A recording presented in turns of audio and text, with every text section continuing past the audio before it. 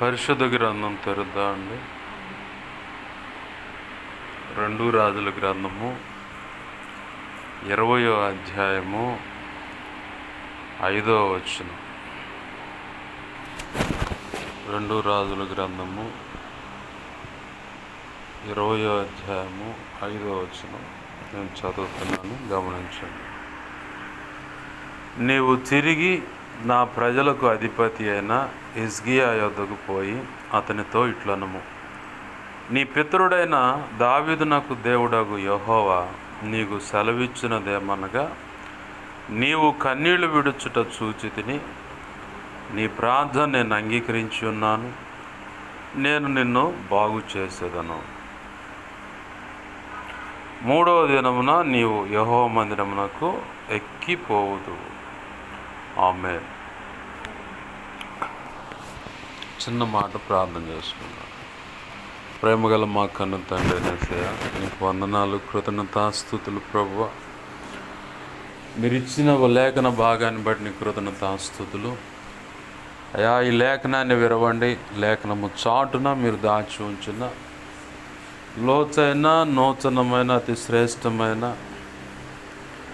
నీ కృపలో, నీ అనాది సంకల్పంలో నిర్ణయమైన ప్రతి ఒక్కరికి అవసరమైన ఆరోగ్యకరమైన హితబోధ ఏదైతే ఉందో నన్ను బయటికి తెచ్చి మీ పక్షం వహించిన మీ దాసును నోట మాటలు ఉంచి, మీ దాసుని మీ సిలువ చాటును మరుగుపరిచి, మీ దాసుని ముఖాంతంలోంచి మీరు కనపడుతూ ప్రభువా, మీ అనాది సంకల్పంలో యేసయ్యా మీరు నాకు నువ్వు నిర్ణయించి ఇచ్చినటువంటి ధారాళమైన నీ ఆత్మ నడిపింపు, లేఖన ప్రత్యక్షత, ఆత్మ ప్రత్యక్షత, వాక్ శక్తినిచ్చి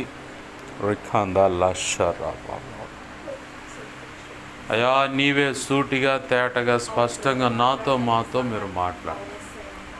దుప్పి నీటి వాగుల కొరకు ఆశపడి ఎదురు చూసినట్లుగా అయ్యా ఇదిగో తండ్రి, నీ కృప ద్వారా అయ్యా నీ కృప ద్వారా నీ మాటల కోసం ఎదురు చూస్తున్న ప్రతి ఒక్కరి ప్రాణాత్మ శరీరాలను సంతృప్తి పరచమని నీవే సూటిగా తేటగా స్పష్టంగా మీరు మాట్లాడండి అయ్యా. నీవు మాట్లాడితే హృదయంలో కార్యం జరుగుతుంది, నువ్వు మాట్లాడితే బ్రతుకులో కార్యం జరుగుతుంది, నువ్వు మాట్లాడితే ప్రభువా ఇదిగో తండ్రి జీవితం విప్లవాత్మకంగా మార్పు చెందుతుంది, నువ్వు మాట్లాడితే ఆశ్చర్యకరంగా కుటుంబం కట్టబడుతుంది, నువ్వు మాట్లాడితే గొప్ప ఉజ్జీవకరంగా సంఘము కట్టబడి ఉజ్జీవ జ్వాలలు నీ కృప ద్వారా ఎగసిపడి నలుదిక్కులకు స్ప్రెడ్ అవుతుంది అయ్యా. నువ్వు మాట్లాడితే అధికారులు లోబడతారు, నువ్వు మాట్లాడితే రాజకీయ నాయకులు లోబడతారు, నువ్వు మాట్లాడితే ప్రభువా సభ్య సమాజంలో ఉన్న ప్రజలందరూ గడగడ వణుకుతూ నీ సన్నిధిలో సాగిలు పడతారయ్యా. నువ్వు మాట్లాడితే దుష్టుడైన వాడి దోతలైన చీకటి అంధకార శక్తులైన ఈ లోకంలో చెప్పబడుతున్న ఒక కులానికి సంబంధించిన లేదో అయ్యా దేవతలు దేవుళ్ళు అనబడ్డైనా సరే నువ్వు మాట్లాడితే నీ ఎదుట సాగిలపడి గడగడ వణుకుతాయి ప్రభువా. నువ్వు మాట్లాడితే సృష్టి పనిచేస్తుంది, నువ్వు మాట్లాడితే ఎదుగో తండ్రి భూమి కంపిస్తుంది, నువ్వు మాట్లాడితే సముద్రం గంతులు వేస్తుంది ప్రభువా. నువ్వు మాట్లాడితే జలచరములు, ప్రాకిడి పురుగులు అయ్యా ఈ భూమి మీద సంచరించే ప్రతిదీని మానవులు అన్నీ కూడా అయ్యా ఇదిగో తండ్రి నువ్వు మాట్లాడితే నీ గద్దింపుకు, నీ మాటకు ప్రభు లోబడతాయి ప్రభు. అయ్యా కనికరించి నీ కార్యములు జరిగింది. నువ్వు మాట్లాడితే పరలోకమే నీకు లోబడుతుంది ప్రభు, సకల పరిశుద్ధులైన దేవదూతలు లోబడతాయి ప్రభు. అయ్యా కనికరించండి ప్రభు.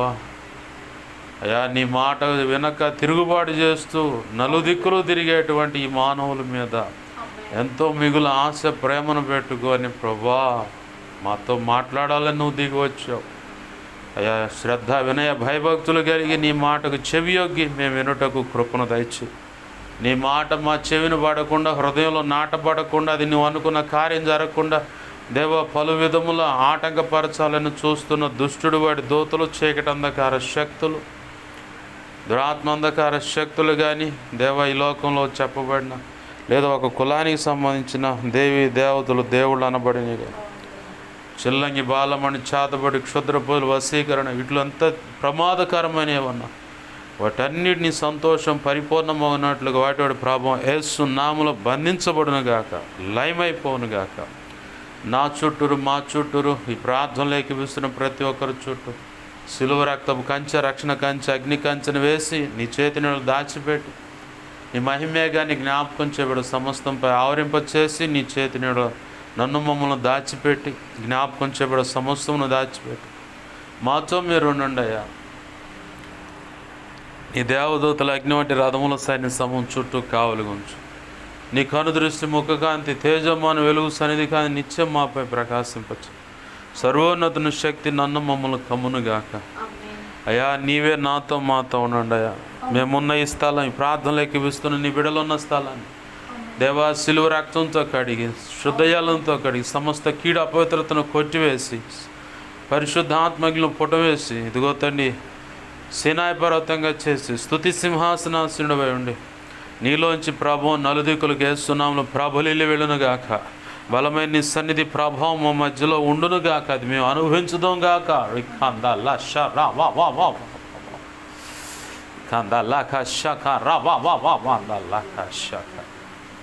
అగ్నిస్తంభమై నాతో మాతో మీరు ఉండండి అయ్యా. అయ్యా నీ అనుకున్నది రీతిగా మాతో మాట్లాడు, సహాయం చేయి. దేవా నాతో మాతో మీరు ఉండండి. నీవే అగ్ని ప్రాకారమై జకర్యా గ్రంథం 2:5 ప్రకారం ఉండండి ప్రభా. అయ్యా నీ పక్షం వహించిన నేను ఎంత బలహీనం నీకు తెలుసు. నీ మీద అనుకున్న నీ కృప మీద ఆధారపడ్డా. నా సమస్త విధేయతల అతిక్రమ దోషాలు, పాప దోషాలు, ఆజ్ఞాతిక్రమలు ఏమున్నప్పుడు క్షమించి నీ సిలువ రక్తంతో నన్ను కడిగి పవిత్రపరిచి నీ శుద్ధ జలంతో నన్ను కడిగి సమస్త కీడు అపవిత్రను కొట్టివేసి ఆనంద తైలాభిషేకం నాపై ఇంకను గొప్పగా ఉంచు. పరిశుద్ధ ఆత్మజ్ఞులు నన్ను పుటమే శుద్ధ సువర్ణంగా మార్చి నీ పరలో శుద్ధ సువర్ణ తైలు నాపై ఇంకను గొప్పగా ఉంచు. ఎహెజ్కేలు గ్రంథం 1:2 ప్రకారం నన్ను మమ్మల్ని చక్కగా నిలబెట్టండి. నీ ఆత్మతో నింపి నాతో మాతో మీరు మాట్లాడిన ప్రభా. అపోస్తుల కార్యం 4:27-37 ప్రకారం నీ కృపను. మత్తయి 10:1-7-20 ప్రకారం నీ కృపను. యెషయా 51:16 ప్రకారం నీ కృపను నాకు దయచేయి. ఇర్మియా 1:9-10-18-19 నీ కృపను నాకు దయచేయి. మా అందరితో మీరు మాట్లాడమని సంపూర్ణ స్థితి పొందుటకు మాకు అవసరమైన కృప కలుగునట్లుగా మాతో మాట్లాడు. మేమున్న స్థితిగతులు బాగా ఎరిగన్న వాడవై ఉన్నావు కాబట్టి నీ సంతోషం పరిపూర్ణమవునట్లుగా మా ఎడల నీ విస్తారమైన కృప కుమరింపబడినట్లుగా నీవే నీ అనాది సంకల్పంలో నిర్ణయించిన రీతిగా మాతో మాట్లాడమని మీరు ఇచ్చిన వాక్య భాగాన్ని బట్టి నీ కృతజ్ఞతాస్తుతులు చెల్లిస్తూ ఉపదేశాన్ని నన్ను మమ్మల్ని చేతులకు అప్పచెప్పుకుంటూ యేసయ్య ఉన్నతనంత శక్తిగల నామమును అడిగి వేడుకొని ప్రార్థించి సమస్తం పొందుకొని నీ కృపాహస్తాలుగా నన్ను మమ్మల్ని అప్పచెప్పు నేను గొప్ప చేసుకుంటున్నాం మా తండ్రి. Amen amen amen. ప్రభునందు సమకూడిన మరి నా ఈ మాటలు వింటున్న ప్రతి ఒక్కరికి ప్రభు అయిన యేసుక్రీస్తు వారి పేరిట నా హృదయపూర్వకమైన వందనాలు.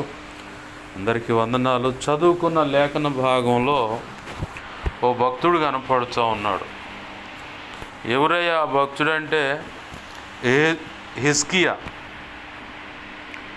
ఈయన ఎవరంటే దావీదు వంశంలో పుట్టినటువంటి యోధా వంశంలో ఆ జాబితాకు సంబంధించిన వ్యక్తి. దావీదు తర్వాత ఆశీర్వాదం సొలొమోను పొందాడు. సొలొమోను ఆశీర్వాదాన్ని బట్టే దేవుని మహా ఉచిత కృపను బట్టి కూడా తాను వృద్ధాప్యంలో దేవుని మీద అంటే ఒక లెక్క దేవునికి వ్యతిరేకమైన చర్యలు చేయక మునుపు అన్ని వైపులా నెమ్మదిని అనుభవించాడు సొలొమోను. ఎప్పుడైతే దైవ చిత్తానికి వ్యతిరేకమైన అన్య స్త్రీలను పెండ్లాడాడో ఆ తరువాత భార్య యొక్క కోరిక నెరవేర్చాలని చెప్పని వాళ్ళు పట్టుబట్టి మరి ఇంకొక దారికి మళ్ళించారు. దేవునికి ఏదైతే నచ్చదు అనుకున్నదో ఆ పని చేయించారు ఈయన చేత. ఏంటయ్యా పని అంటే సున్నతి చేయబడిన తర్వాత వారు నిబంధన చేయబడిన ప్రజలు. నిబంధన చేసిన తర్వాత విగ్రహారాధన చేయకూడదని ప్రభు ముందే చెప్పాడు ధర్మశాస్త్రంలో. నేను తప్ప, 10 ఆజ్ఞలు ఏముంది, నేను తప్ప వేరొక దేవుడు ఉండకూడదు నీకు, నేనే దేవుడను. ఆకాశం ముందు నక్షత్రాలైనా, చంద్రుడైనా, సూర్యుడైనా, అక్కడ కనపడే ఆకారాల్లో ఏదైనా సరే ఆకారానికి తగ్గట్లుగా బొమ్మ ఇక్కడ చేసుకొని మొక్కకూడదు. నీ తోటి మనిషి బొమ్మ కూడా చేసుకొని మొక్కకూడదు. జంతువులు, ప్రాకిడి పురుగులు, అలాగే జలచరములు, అంటే జలంలో చరములు అంటే కదిలేయి, నీళ్ళల్లో కదిలేటువంటి చేపలు కానీ ఇంకేదైనా వాటి బొమ్మలు చేసుకొని వాటికి మొక్కకూడదు. నేనే దేవుడిని, ఇంకా వేరొక దేవుడు లేడు నీకు. కాదని విగ్రహారాధన కనుక చేస్తే నేను నీకు పూర్తిగా విరోధిని అయిపోతాను. మనం గతంలో చెప్పుకున్న న్యాయాధిపతుల గ్రంథం 2వ అధ్యాయంలో అక్కడ రాసి ఉంటుంది, 8, 9, 10 కాడ నుంచి 17 వచ్చిన వరకు కట్టుకుంటా. వారు అన్య దేవతల వైపు తిరిగి వ్యభిచరించిరి అన్నాడు. అంటే పరపురుషుడు పరస్త్రీతో, అంటే తన సొంత పురుషుడు కాకుండా, సొంత భార్య కాకుండా వేరొక భార్యతో, వేరొక పురుషుడితో శారీరకంగా కలిస్తే దాన్ని వ్యభిచారం అంటుంది. అదే కోవలో విగ్రహారాధన కూడా రక్షణ పొంది కానీ దేవుని పిల్లలమని చెప్పుకుంటున్న వారు విగ్రహారాధన చేసినా కానీ వ్యభిచారమే ఉంటుంది. వీళ్ళకి దేవుడు పూర్తిగా వ్యతిరేకం అంటున్నాడు. అంటే అక్కడ విగ్రహారాధన చేశాడు సొలొమోను. దేవుని ఆజ్ఞ తెలుసు, 10 ఆజ్ఞల్లో చెప్పబడ్డ మాట సొలొమోనుకు బాగా తెలుసు. ఇంకొక విచిత్రమైన పని ఏంటంటే, విచిత్రమైన విషయం, పని కాదు కానీ క్షమించని విచిత్రమైన విషయం ఏంటంటే, ఎవరైతే రాజ్య పరిపాలన బాధ్యతలు చేపడతారో వాళ్ళ దగ్గర పంచకాండాలకు సంబంధించిన ప్రతులు, అంటే మనం ఇప్పుడు జిరాక్స్ అంటాం కదా, అలాగనే ఆ రోజుల్లో ధర్మశాస్త్ర ఉపదేశకులు ఉన్నారు, ధర్మశాస్త్రాన్ని ఎత్తి రాసేవాళ్ళు కూడా ఉన్నారు. శాస్త్రులు అంటారు వాళ్ళని, దాన్ని ఎత్తి రాస్తారు. ఎజ్రా ఆయన శాస్త్రి. ఎజ్రా అనే ఆయన పని ఏంటంటే ధర్మశాస్త్రాన్ని చదవటం, దాన్ని ఎత్తి ఇంకో ప్రతి రాయటం. ఇట్లా ఈ పరిస్థితులు ఉన్నాయి ఆ రోజుల్లో. రాజు ఎవరైతే దేవుని ప్రజలను పరిపాలిస్తాడో అతని దగ్గర పంచకాండాల ప్రతులు ఖచ్చితంగా ఉండాలి. అది కంఠస్థా ఉండాలి, వాళ్ళు చదవాలి, ఎప్పటికప్పుడు చదువుతా ఆకలింపు చేసుకోవాలి, దాన్ని నెమరు వేయాలి, ధ్యానిస్తూ ఉండాలి. ధర్మశాస్త్రం ఎప్పుడు ఆ పంచకాండాలకు సంబంధించిన టోటల్ సబ్జెక్టు వాళ్ళ హృదయంలో ఉండాలి. ఆ పంచకాండాల్లో దేవుడే ఏ రీతిగా అయితే న్యాయ విధులు చెప్పాడో దానికి అనుగుణంగానే వీళ్ళ పరిపాలన విభాగం ఉండాలి. ఈ సొలొమోను మధ్యలో ఉన్నాయి, కానీ తన భార్య యొక్క ఇష్టాన్ని, అంటే కొంతమందిని చేసుకున్నాడు, అక్కడ రాసి ఉంది, తన భార్యల యొక్క ఇష్టాలను నెరవేర్చాలని వారి కోరికలకు అడ్డు చెప్పకుండా, ఇది నా దేవుడు చెప్పినటువంటి ఆజ్ఞకు వ్యతిరేకమైన పద్ధతి, మాయ్ సరిగిను, నువ్వు చెప్పే తప్పు కాబట్టి నువ్వు చెప్పినట్టు నేను చెయ్యను అనలా. ఓ అదెంత భాగ్యం, పద నువ్వు నాకు ప్రియమైన భార్య కదా అని చెప్పని కొంతమందిని పోగేసుకొని పోయి ఏడబడిచాడ రాయి పెడతాం, ఒక విగ్రహంలాగా వాళ్ళు చెప్పిన పద్ధతుల్లో తెచ్చుకుంది ఎవరిని, అన్యురాళ్ళని తీసుకొచ్చుకుంటే వారికి కొంత దేవతలు ఉంటాయి కాబట్టి ఇక ఆ పేరు చెప్పటం, ఆడ పెడతాం, ఇక అదే. అట్లా చేస్తే దేవుడు చివరికి 2 సార్లు గద్దించాడు. ఎన్నిసార్లు? 2 సార్లు. సొలొమోనా నువ్వు చేస్తుంది తప్పు అని చెప్పని. మన జీవితంలో కూడా ఏదైనా దైవ చిత్తానికి వ్యతిరేకమైన అడుగులు వేస్తుంటే ఖచ్చితంగా ఎవరో ఒకరి ద్వారా హెచ్చరిక చేస్తాడు. ముందుగా కళ ద్వారానో, దర్శనం ద్వారానో, స్వప్నం ద్వారానో, లేదంటే ముఖాముఖిగానో దేవుడు మాట్లాడుతూనే ఉంటాడు. అయితే ఇక్కడ దేవుడట సొలొమోనుతో 2 సార్లు హెచ్చరించాడంట. నా మార్గం నుంచి నీ హృదయం తొలగిపోతుంది, జాగ్రత్త జాగ్రత్త అని మనం బాగా గమనించాల. దేవుని యొక్క సంకల్పంలోకి అడుగు పెట్టిన తర్వాత, అంటే రక్షణ అనేది మొదటి సంకల్పం, నెక్స్ట్ భక్తి సాధన అనేది ఒక సంకల్పం, తర్వాత పరిచర్య చేయటం అనేది ఒక సంకల్పం, ఆ తర్వాత ప్రభు ఉన్నతమైన కృపను బట్టి రహస్యం మందు అభిషేకించబడ్డ తర్వాత బాటంగా సంఘం ఎదుట హస్త నిక్షేపణ పొందిన తర్వాత దేవుని ఉన్నతమైన అనాది సంకల్పంలోకి వచ్చేసి సేవ చేయడం మొదలు పెడతాం. ఈ సేవ చేసేటప్పుడు చాలా జాగ్రత్తగా ఉండాలి. ఏ మాత్రం చిన్న అడుగులు బెడిసి కొట్టాయా ఇక అంతే. నేను చూసిన ఆ లోకంలో ఇప్పుడు క్రైస్తవ లోకంలో చాలా చోట్ల నాకు కనపడదు ఏంటంటే, సేవకుడికి ఇంకొక సేవకుడు ఆ ప్రాంతంలోకి వస్తే నచ్చని వ్యవహారం ఉంటుంది. అంటే నేనున్నాను కదా, ఎవరు నేనున్నాను కదా, ఆయన ఇక్కడికి రావటం ఏంది, ఇంకో చాటకు పోవచ్చు. కానీ కొంతమంది దైవజనులు ఆ ప్రాంతంలో కొత్తగా ఎవరైనా సేవ చేయడానికి వచ్చే ఇంకేడే రావాలయ్యా, అటు ఆడ అసలు సంఘాలు లేని చోట పోయి సేవ చేయొచ్చు. కంటే నేనంటాను, ప్రభు నా ఆయన కృపను బట్టి నాకు చెప్పిన మాటను నేనంటాను, నీకు అప్పచెప్పిన బాధ్యత నువ్వు సరిగా చేయలేదు కాబట్టి ఇంకోటి తెచ్చి ఆడ పెట్టిండు. ఆమేన్, హల్లెలూయా. ఏం చేశాడు? నీకు అప్పచెప్పిన బాధ్యత నువ్వు సరిగా చేయలా. నువ్వు దేవుడు ఒకటి చేయొచ్చు, నువ్వు ఇంకోటి చేస్తున్నావు. నువ్వు ఇంకోటి చేస్తుంటే ఇప్పుడు దేవుడు మంచి కుమారుడు అయ్యా, నువ్వు అసలు నేను ఒకటి చేయొచ్చుంటే నాకంటే బెస్ట్గా ఆలోచించు, నువ్వు ఇంకోటి చేస్తున్నావు కాబట్టి బడా మంచి దాసుడు అంటాడా, పనికి మాలిన దాసుడు అని చెప్పని పక్కన పెడతాడు. సౌలుకి 2, 3, 4 పొరపాట్లు చేసిన దేవుడు సహిస్తానే వచ్చాడు. చివరికి ఫైనల్ టెస్ట్ ఏంటంటే, ఫైనల్ టెస్ట్ ఏం పెట్టాడు సౌలుకి? ఏం టెస్ట్ పెట్టాడు ఫైనల్గా? అమాలేకీలు చేసింది నాకు గుర్తేనబ్బా. ఇక సౌలుని పక్కన పెట్టి పూర్తి వ్యవహారం అన్నమాట ఇది. ఆల్రెడీ పక్కన పెట్టాడు. ఏం చేశాడు? ఆల్రెడీ పక్కన పెట్టేశాడు సౌలుని.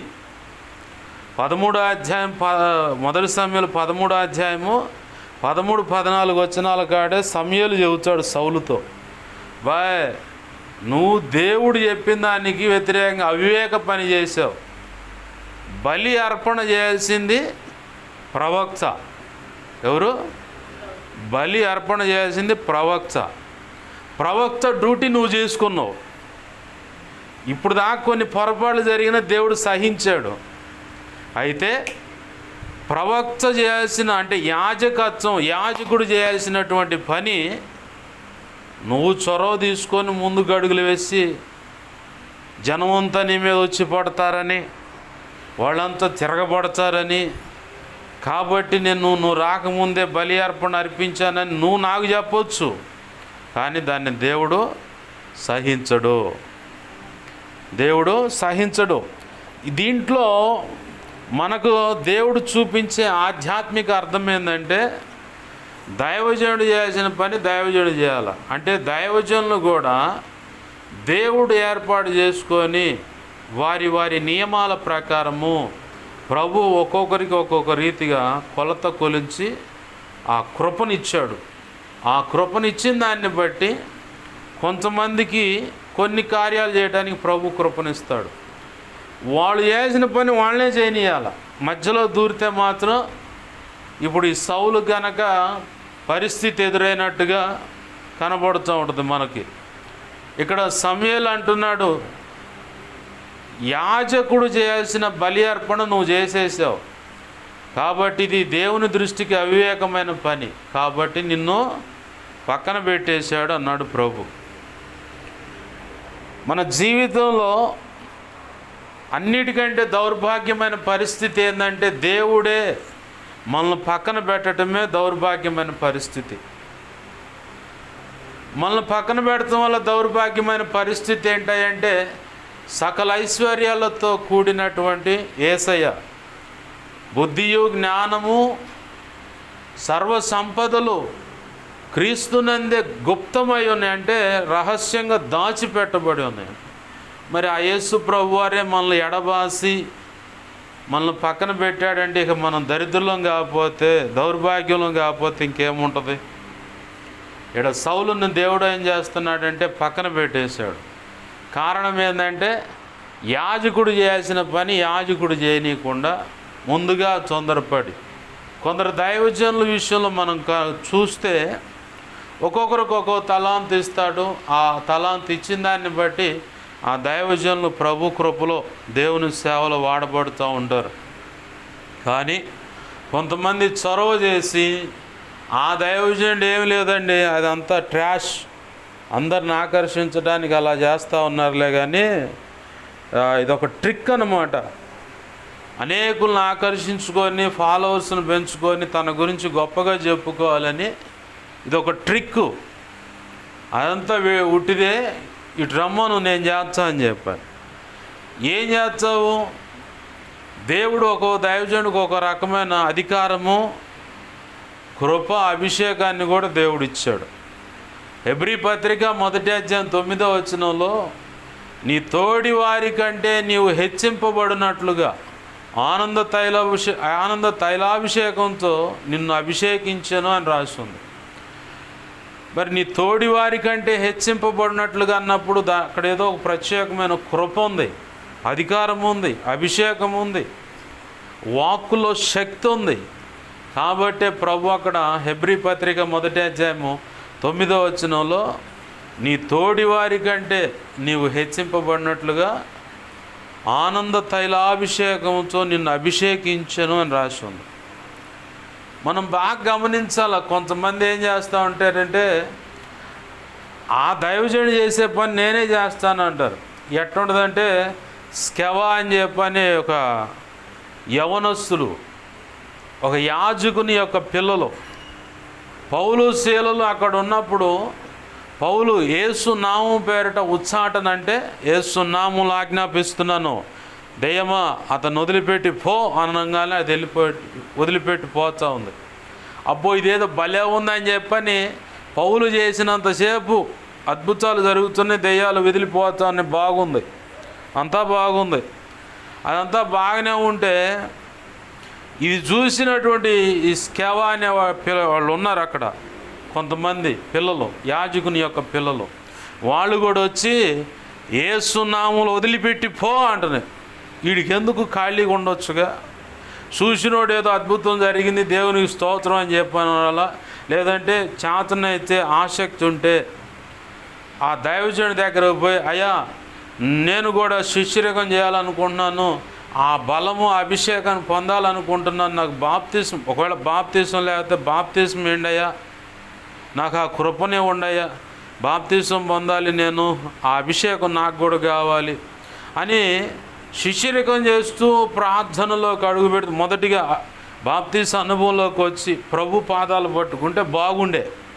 అసలు ఏం చేయకుండా, ఏమీ లేదు, బాప్తిజం లేదు, ఏమీ లేదు, డైరెక్ట్గా పోయి ఆ దెయ్యం పట్టిన వాటిని కొన్ని తెచ్చుకున్నారు. ఆడ వ్యక్తులను ఆడ పెట్టుకొని ఏసునామలు ఉచ్చాటన చేస్తున్నా, వదిలిపెట్టి పో అతను అనగానే వదిలిపెట్టిపోవాలా.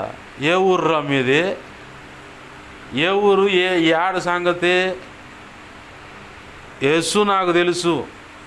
యేసు పేరట వచ్చినటువంటి ఆ కృప పొందుకున్న ఆ పౌలు కూడా నాకు తెలుసు. అసలు నువ్వెవరురా,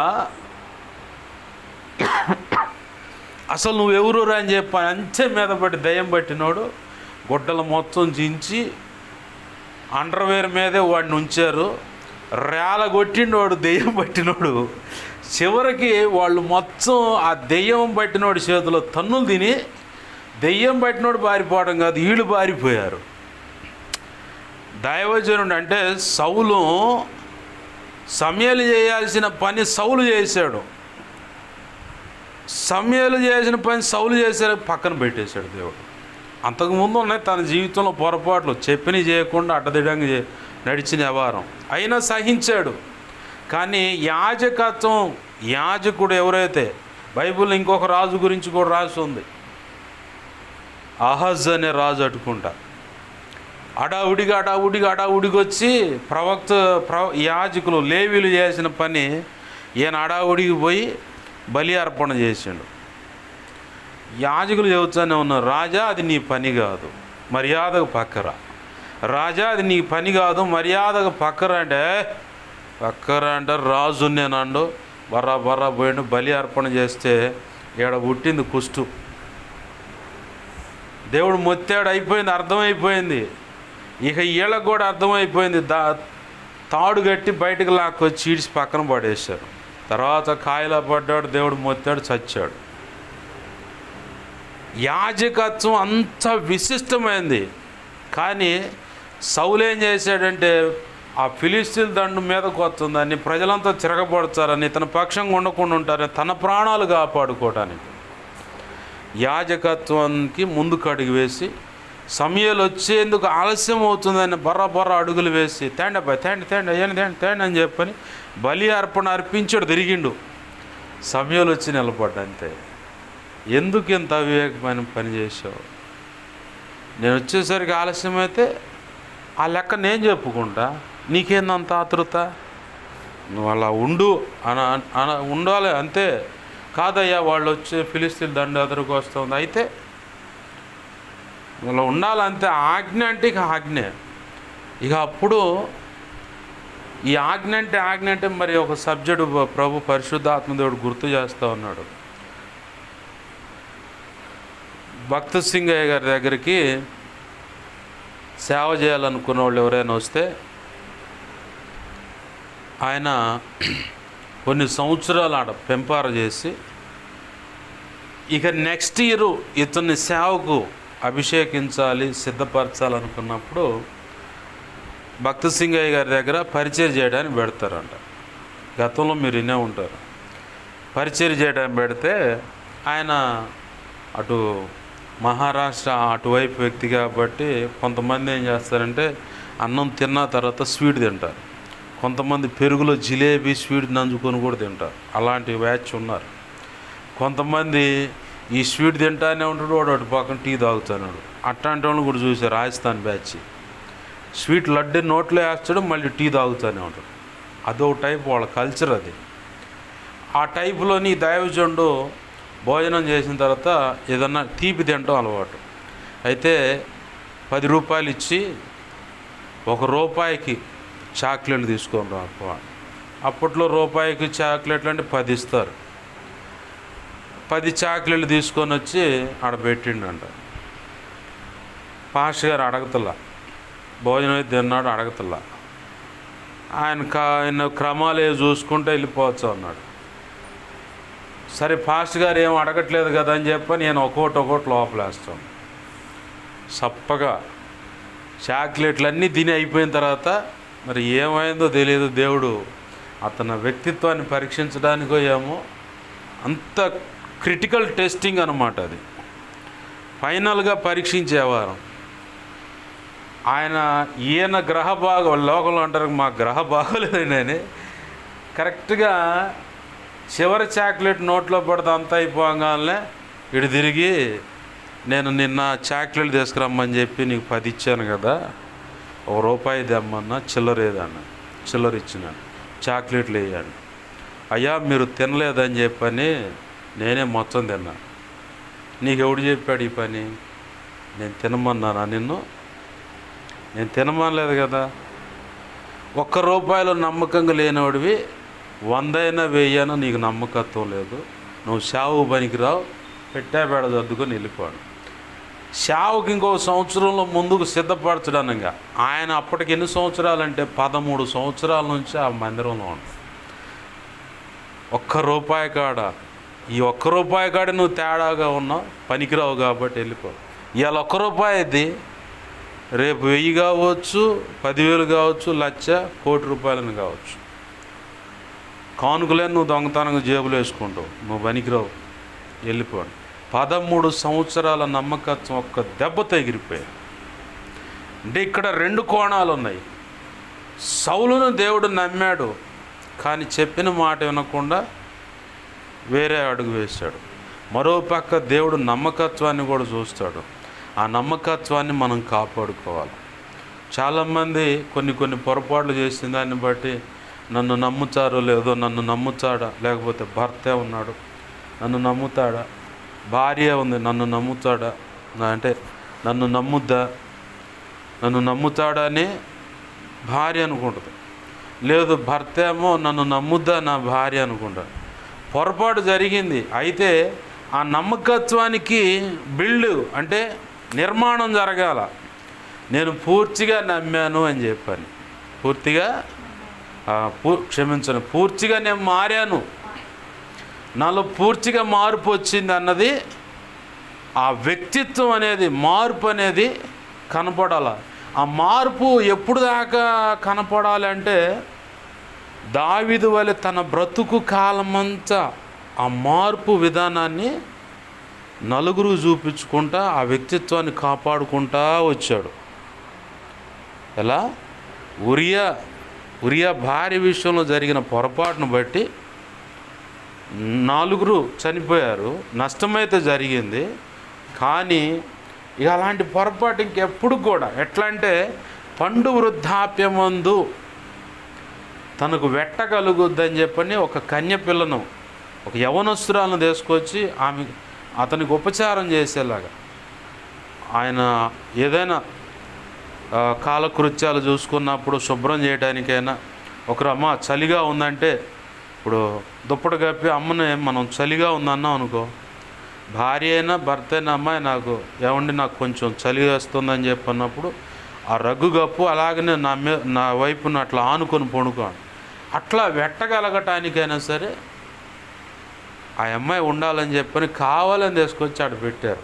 యవన ప్రాయంలో అంటే బాడీ అంత బాగా హీట్గా ఉంటుంది, ఉడుకు రక్తం అంటాం కదా. అట్లానే ఈ వృద్ధాప్యంలో ఉన్నటువంటి ఈ వ్యక్తికి ఆ వ్యక్తి తోడుగా ఉంటే కొంచెం సపోర్ట్గా ఉంటుందని చెప్పని, ఒకవేళ ఆ ఘడియలో కూడా ఒకవేళ అప్పుడున్న స్టామినాని బట్టి కోరిక కలిగితే ఆమెతో కూడా వెళ్ళటానికి, అంటే శారీరకంగా కలవటానికైనా ఉపయోగపడుతుందని తీసుకొచ్చి ఆడబెట్టారు. పొరపాటును కూడా ముట్టుకోవాలి. అంటే తన వ్యక్తిత్వం మారిపోయిందన్న సంగతి తాను చనిపోయే స్థితి వరకు ఆ నమ్మకత్వాన్ని రుజువు చేసుకుంటా బ్రతికాడు. ఎలా? రుజువు చేసుకుంటా బ్రతికాడు కాబట్టి చరిత్రకు ఎక్కాడు. ఆమేన్, హల్లెలూయా.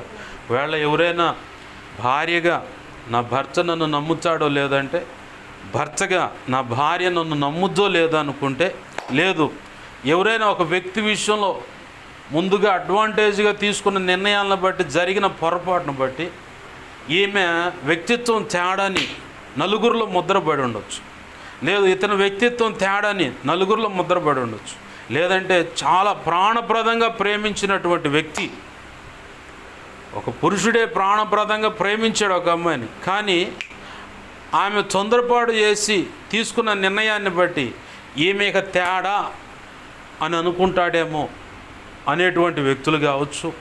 ప్రాణప్రదంగా ప్రేమించినటువంటి ఒక పురుషుడు ఉన్నాడు, కానీ అతను ఒక డిఫికల్ట్ పరిస్థితులు, ఏదన్నా తొందరపాటు కావచ్చు, కొంత ఫోర్స్ను బట్టి కావచ్చు, అతను తీసుకునే నిర్ణయాన్ని బట్టి ఈమె గాయపరచబడితే తిరిగి ఆ వ్యక్తి ఈమె దగ్గరకు వచ్చి జీవితాన్ని పంచుకోవాలనుకుంటే, అంటే పెళ్లి చేసుకొని భార్యాభర్తలుగా కలిసి బ్రతకాలని బాగా మెంటల్గా ఇతనే నా సర్వస్వం అనుకొని ప్రేమించినటువంటి ఆడపిల్ల విషయంలో ఆ పురుషుడు తిరిగి వచ్చి ఈమెతో జీవితం గడపాలనుకుంటే, లేదు బాగా ఇదిగో డెప్త్లో ప్రేమించినటువంటి ఒక ఆడపిల్ల ఆమె తీసుకున్న నిర్ణయాన్ని బట్టి తిరిగి జీవితం తేడా పడదు. కానీ నేను మళ్ళీ ఆ పురుషుడి దగ్గరికి వెళితే నన్ను అంగీకరిస్తాడో లేదో, నేను మార్పు చెందాను అన్న సంగతి ఆ అవగాహన కలుగుద్దో లేదో, మార్పు చెందాను అని నన్ను తన భార్యగా స్వీకరిస్తాడో లేదో, లేదంటే నన్ను తన భర్తగా స్వీకరిస్తాడో లేదో, లేదంటే ఇదిగో మేము పెళ్లి చేసుకోవాలని నేను భార్యగా ఉండాలనుకుంటున్నాను, లేదా నా భార్యగా చేసుకోవాలనుకుంటున్నానని యువతల పురుషుడిగా ఇట్లా అనుకుంటున్నాము. దీనికి ఆ వ్యక్తి, ఆ పురుషుడు ఓకే అంటాడా, లేదా ఆ స్త్రీ ఓకే అంటుందా లేదా అన్న విషయంలో నమ్మకత్వం కాడ తేడా పడ్డప్పుడు తర్జన భర్జన పడుతుంటారు ఈ వ్యక్తులు. వాళ్ళకు పరిశుద్ధాత్మ దేవుడిచ్చే ఆలోచన అంటే సలహా ఏంటంటే, దావీదు జీవితంలో బెర్షెబా, ఊరియా అనే ఆ ఇద్దరి విషయంలో పొరపాటు జరిగింది. కానీ తను పరిపాలన చేస్తున్నటువంటి ఇజ్రాయేలీలు అంటే 12 గోత్రాల ప్రజలు, కుటుంబ సభ్యులు ఏంది ఎంతమంది? 12 గోత్రాల ఇజ్రాయేలీలు అంటే ఇంచుమించుగా 30 లక్షల పైచులకు వ్యక్తులు అనుకుందాం. అలాగనే కుటుంబ సభ్యులు, పిల్లలు కానీ, ఉపపత్నులు కానీ, భార్యలు, ఇంకా కొంతమంది ఉన్నారు. వీళ్ళందరూ నమ్మటానికి అలాగనే దేవుడు కూడా తనని పూర్తిగా నమ్మటానికి తన వ్యక్తిత్వాన్ని తను చనిపోయేంత వరకు కట్టుకుంటూనే నేను మార్పు చెంది ఉన్నానయ్యా అన్నది నిరూపణ చూపించుకుంటానే తను నమ్మకంగా దేవునిలో ఒదిగి సాగిపోతున్న దాన్ని బట్టి తన భార్యలు, ఉపపత్నులు కానీ, పిల్లలు కానీ, ఆ 12 గోత్రాలకు సంబంధించిన ఇజ్రాయేలీలందరూ కానీ, చుట్టూ ఉన్నవాళ్ళు కానీ నమ్మి అతన్ని అలా ఆనుకొని నడిచారు. ఆమేన్, హల్లెలూయా. అలా ఆనుకొని నడిచారు. అదే గనక తన వ్యక్తిత్వాన్ని బిల్డ్ చేసుకోకుండా, తన యొక్క మార్పును అనేకులకు చూపించకుండా తను గనక అడుగులు వేసినడితే పొరపాటును కూడా నమ్మేవాడు కాదు. చరిత్రహీనుడిగా మారిపోయాడు. సౌలు తర్వాత దావీదు కూడా ఒక చరిత్రహీనుడు అన్న జాబితాలోకి వచ్చేవాడు. కానీ దేవుడు ప్రారంభంలో చెప్పినటువంటి మాట ప్రకారంగా నా హృదయానుసారుడు దావీదు, అపోస్తుల కార్యం 13వ అధ్యాయంలో అట్టుకుంటా ఆ మాట ఉంది. నా చిత్తానుసారమైన మనసు కలిగి నా సంకల్పాలు అన్నీ నెరవేర్చడానికి అక్కడ నేనేమనుకుంటున్నాను, ఇక్కడ భూమి మీద అలాగనే దావీదు స్పందిస్తున్నాడు. తన తరం వారికి అన్ని విధాల సేవ చేసి ప్రభు సన్నిధికి చేరినోడని సాక్ష్యం ఇవ్వగలిగాడు ప్రభు. ఆమేన్, హల్లెలూయా. ఇక్కడ నమ్మకత్వం అనే దాన్ని సౌలు పోగొట్టుకున్నాడు. సౌలు ఆ నమ్మకత్వాన్ని పోగొట్టుకున్నాడు కాబట్టే ఇక డైరెక్ట్గా దేవుడు ఏం చేశాడు, సౌలును తీసి పక్కన పెట్టి దావీదును సింహాసనం ఎక్కించాడు. దావీదును సింహాసనం ఎక్కించిన తర్వాత కూడా అమాలేకుల దగ్గర ఒక ఛాన్స్ ఇద్దామని చూశాడు. అక్కడ కూడా వల్లగాల. చివరికి దేవుడు ఏం చేశాడు, గొలియాతును ముందు పెట్టాడు. మళ్ళీ గొలియాతును ముందు పెడితే గొలియాతు దగ్గర కూడా సౌలు ధైర్యం చేసి ముందుకు అడిగేలా. ఇక తనకు భయం అనేది ఏర్పడింది. కానీ దేవుడు తన అనాది సంకల్పంలో ముందుగానే దావీదుని ఏర్పాటు చేసుకొని రెడీగా ఉంచుకున్నాడు కాబట్టి దావీదును తీసుకొని వచ్చి గొలియాతు ద్వారా గొలియాతును హతమార్చి దావీదును తీసుకొని వచ్చి దేవుని హస్తమే దావీదుకు తోడు చేసి గొలియాతును హతమార్చేలా చేసి దావీదును అందనానికి ఎక్కించాడు. ఆమేన్, హల్లెలూయా. ఎందుకు వచ్చి వీటంతా? ఏమో పాస్టర్ గారు మీరు తిరుగుతున్నారు, మేము కూడా నీ వెనకాలే పడి తిరుగుతున్నా అంటే, ఒక దైవజనుడు ఓ ప్రాంతంలోకి వచ్చిన తర్వాత కొంతమంది వ్యసన పడుతున్నారు. ఆ వ్యసన పడుతున్న విధానాన్ని బట్టి ఈ సబ్జెక్ట్ అంతా లాక్కొని పరిశుద్ధాత్మ దేవుడు వచ్చాడు. ఎందుకు వ్యసన పడుతున్నారంటే, సౌలుకి ఇజ్రాయేలు ప్రజలందరినీ పరిపాలించాలని ప్రభు సంకల్పం. అలాగనే శాశ్వత కాలము ఆ బెన్యామీను గోత్రంలో నుంచి రాజ్య పరిపాలన చేసేటువంటి వ్యక్తులు ఆ సౌలు కుటుంబం ద్వారా వచ్చి అక్కడ సింహాసనాసీనులై పరిపాలన చేయాలని దేవుని యొక్క ఉన్నత సంకల్పం ఉందని మొదటి సమూయేలు గ్రంథం 13వ అధ్యాయం 14వ వచనంలోనే చెప్పబడుతుంది. శాశ్వత కాలము నీ సింహాసనం ఉండాలని, నీ వంశం కూడా ఇదిగో దేవుని ప్రజలను పరిపాలించాలని ఇలాగ దేవుడు సంకల్పిస్తే నువ్వు చేసిన అవివేక పని అన్నాడు. ఇప్పుడు ఒక దైవజనుడు ఓ ప్రాంతానికి వస్తున్నాడు, అక్కడ సేవ చేస్తున్నాడు, దేవుని సంకల్పం చొప్పున పంపించబడ్డాడంటే మనం బాగా గుర్తుపెట్టుకోవాల్సింది ఏంటంటే, ప్రభు చెప్పిన పని నేను ఎక్కడో వెలితి చేశాను. ఆమేన్, హల్లెలూయా. ప్రభు చెప్పిన పని నేను వెలితి చేశాను. ప్రభు చెప్పినట్టు అడుగులు వేయలేదు, ప్రభు చెప్పినట్టు మాట్లాడలేదు, ప్రభు చెప్పినట్లు ప్రార్థించలేదు, ప్రభు చెప్పినట్లుగా ఆయన సంకల్పం విషయంలో, నిర్ణయింపబడిన సేవ విషయంలో రోషంగా నేను కదలలేదు. ఆయనకి ఇష్టమైన రీతిగా, టోటల్గా చెప్పాలంటే ఆయన ఇష్టమైన రీతిగా నేను సేవ చేయలేదు. ఎక్కడో నా అవివేకాలు ఉన్నాయి. ఆ కారణాన్ని బట్టే నన్ను అంతమటికి ముద్దుగా ఉన్నదాన్ని కిందకి నరికేయకుండా నన్ను అలానే పెట్టి, ఇది సౌలును గనక అట్నే పెట్టి దావీదును తీసుకొచ్చుకొని దేవుని పని జరిగించుకుంటూ ఉన్నాడు. అలాగనే ఈరోజు కూడా చాలామంది సంఘాలు, అనేక సంఘాలు ఏర్పడుతున్నాయి అంటే ఒకటే కారణం, దేవుడికి నచ్చిన సేవ ఈ సేవకుడు చేయాల. ఎక్కడో విశ్వాసులతో రాజీపడి ఉండొచ్చు, ధనంతో రాజీపడి ఉండొచ్చు, ఏంది జీవోపటము, నన్నందరూ గొప్పగా చెప్పుకోడు, నాకు ఇచ్చిన కృప చలాంచులేంది, నేను తోపు చురుమని ఏమైనా పొగుడుకుంటా ఉంటాడు. ఇంకొకళ్ళు ఉండాలి భజన చేసే బ్యాచ్, దీన్ని జీవోపటము అంటారు. ఎక్కడ చూసి స్టేజ్ల మీద నేనే గొప్పగా కనపడాలి, ఇది కూడా జీవోపటమే. ఇక్కడెక్కడో రాజీపడి ఉంటాడు. మూడవది శారీరక కోరికల విషయమే. అంటే శరీర ఆశ అంటే రెండు కోణాలు ఉన్నాయి. ఒకటి అచ్చంగా తినటం, దీన్ని పోషించుకోవటం. రెండోది శరీర సంబంధమైన సుఖం మీదే మనసు నిలపటం. దేవుని పని కోసం కష్టపడే మనసు లేకుండా తన శరీరాన్ని తను పౌలు ఎలా అయితే అనుదినము జాగరణలు ఉపవాస ప్రార్థనలతో నా శరీరాన్ని నేను నలగొట్టుకుంటున్నానయ్యా, అందుకే ఇది నా మీద అధికారం చలాయించట్లేదు అన్నాడు. అలాంటిది మొత్తం పక్కన పెట్టేసి సంఘమే చేసుకుంటుందిలే నాకెందుకు అని చెప్పాను. ఇవాళ చాలామంది నేను చెప్పడానికి కొంచెం ఇబ్బంది అయ్యే పరిస్థితి, ఎక్కువ శాతము కుర్చీలో కూర్చొని పోంగానే కుర్చీలో కూర్చునే వాళ్ళని చూశా. ఈరోజు రొంపిచెర్ల ప్రాంతంలో ఒక దైవజనుడు పాలరాజు అని ఒక అన్న ఉన్నాడు. 4 నెలల క్రితమే ఆయన దగ్గర ఒక సాక్ష్యం విన్నాను. ఏంటయ్యా సాక్ష్యం అంటే, అమ్మ, నాన్న, భార్య, పిల్లలు, ఇంకా ఆయన ఒక్కడే, అదే సంఘం. మా పాస్టర్ గారు, నా ఆత్మీయ తండ్రి దావీదు పాస్టర్ గారు చెప్పారు ఈ సంగతి. సేవ తరఫీదు పోతున్న వాళ్ళకి ఉపయోగకరంగా ఉంటుంది, సేవకులు కూడా ఉపయోగకరంగా ఉంటుందని ఆ సాక్ష్యం చెప్పినప్పుడు, అంతకుముందు నా ఫీలింగ్ ఏంటంటే, అమ్మ, నేను, చెల్లి వీళ్ళే కదా, ఏంది ఇది అంతా అసలు సేవేనా అనుకున్నా. ఆ సాక్ష్యం అనగానే నేను ఇంకా విశ్వాసంలో వేళ్ళు ఉనుకున్నా, అంటే బలపడ్డా. ఆమెను హల్లెలూయా, బలపడ్డా నేను. ఎందుకు పాస్టర్ గారు బలపడిందంటే, నాలాంటి ఆయన ఇంకొక ఆయన ఎవరో ఉండని చెప్పారు. ఆ వ్యక్తి దగ్గరికి వెళ్ళి వాళ్ళ దగ్గరికి వెళ్ళి కనీసం ప్రార్థన చేసి వద్దని 4 నెలల క్రితం నుంచి ప్రేరణ కలిగి ఉన్నా.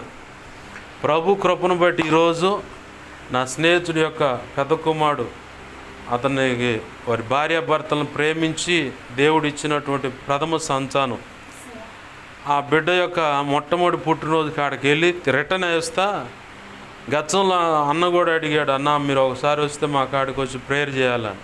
ప్రభు చిత్తమైతే వస్తానన్నా అని చెప్పి ఈరోజు ఆడకు పోగానే, ఇదంతా ఎందుకు చెబుతున్నా సబ్జెక్ట్ ఉంది కాబట్టి చెబుతున్నా.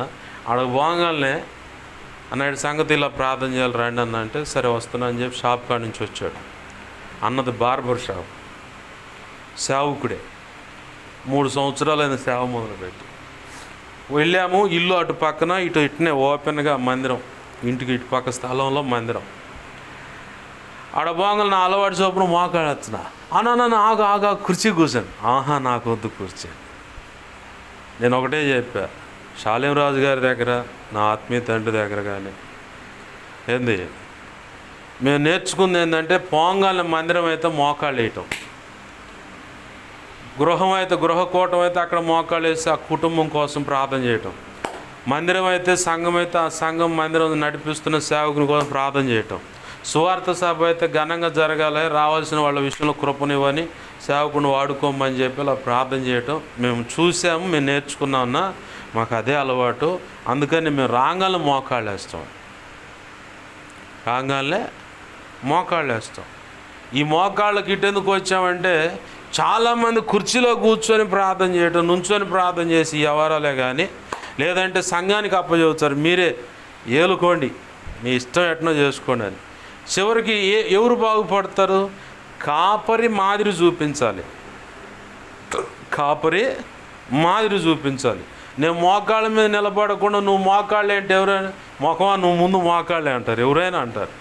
ఇప్పుడు కుమారుడిని, కడుపును పుట్టిన కొడుకుని, రే సిగరెట్ ఒకటి కాలుచుడైనా కాలుస్తా ఉఫ్ఫు ఉఫ్ఫు అని ఊచ్చా, దొంగ సిగరెట్లు తాగుతున్నావు అంట తెలిసింది, సిగరెట్లు మానుకో అంటే వాడాడు చూచుడు, నువ్వు ముందు మానుకో అంటాడు.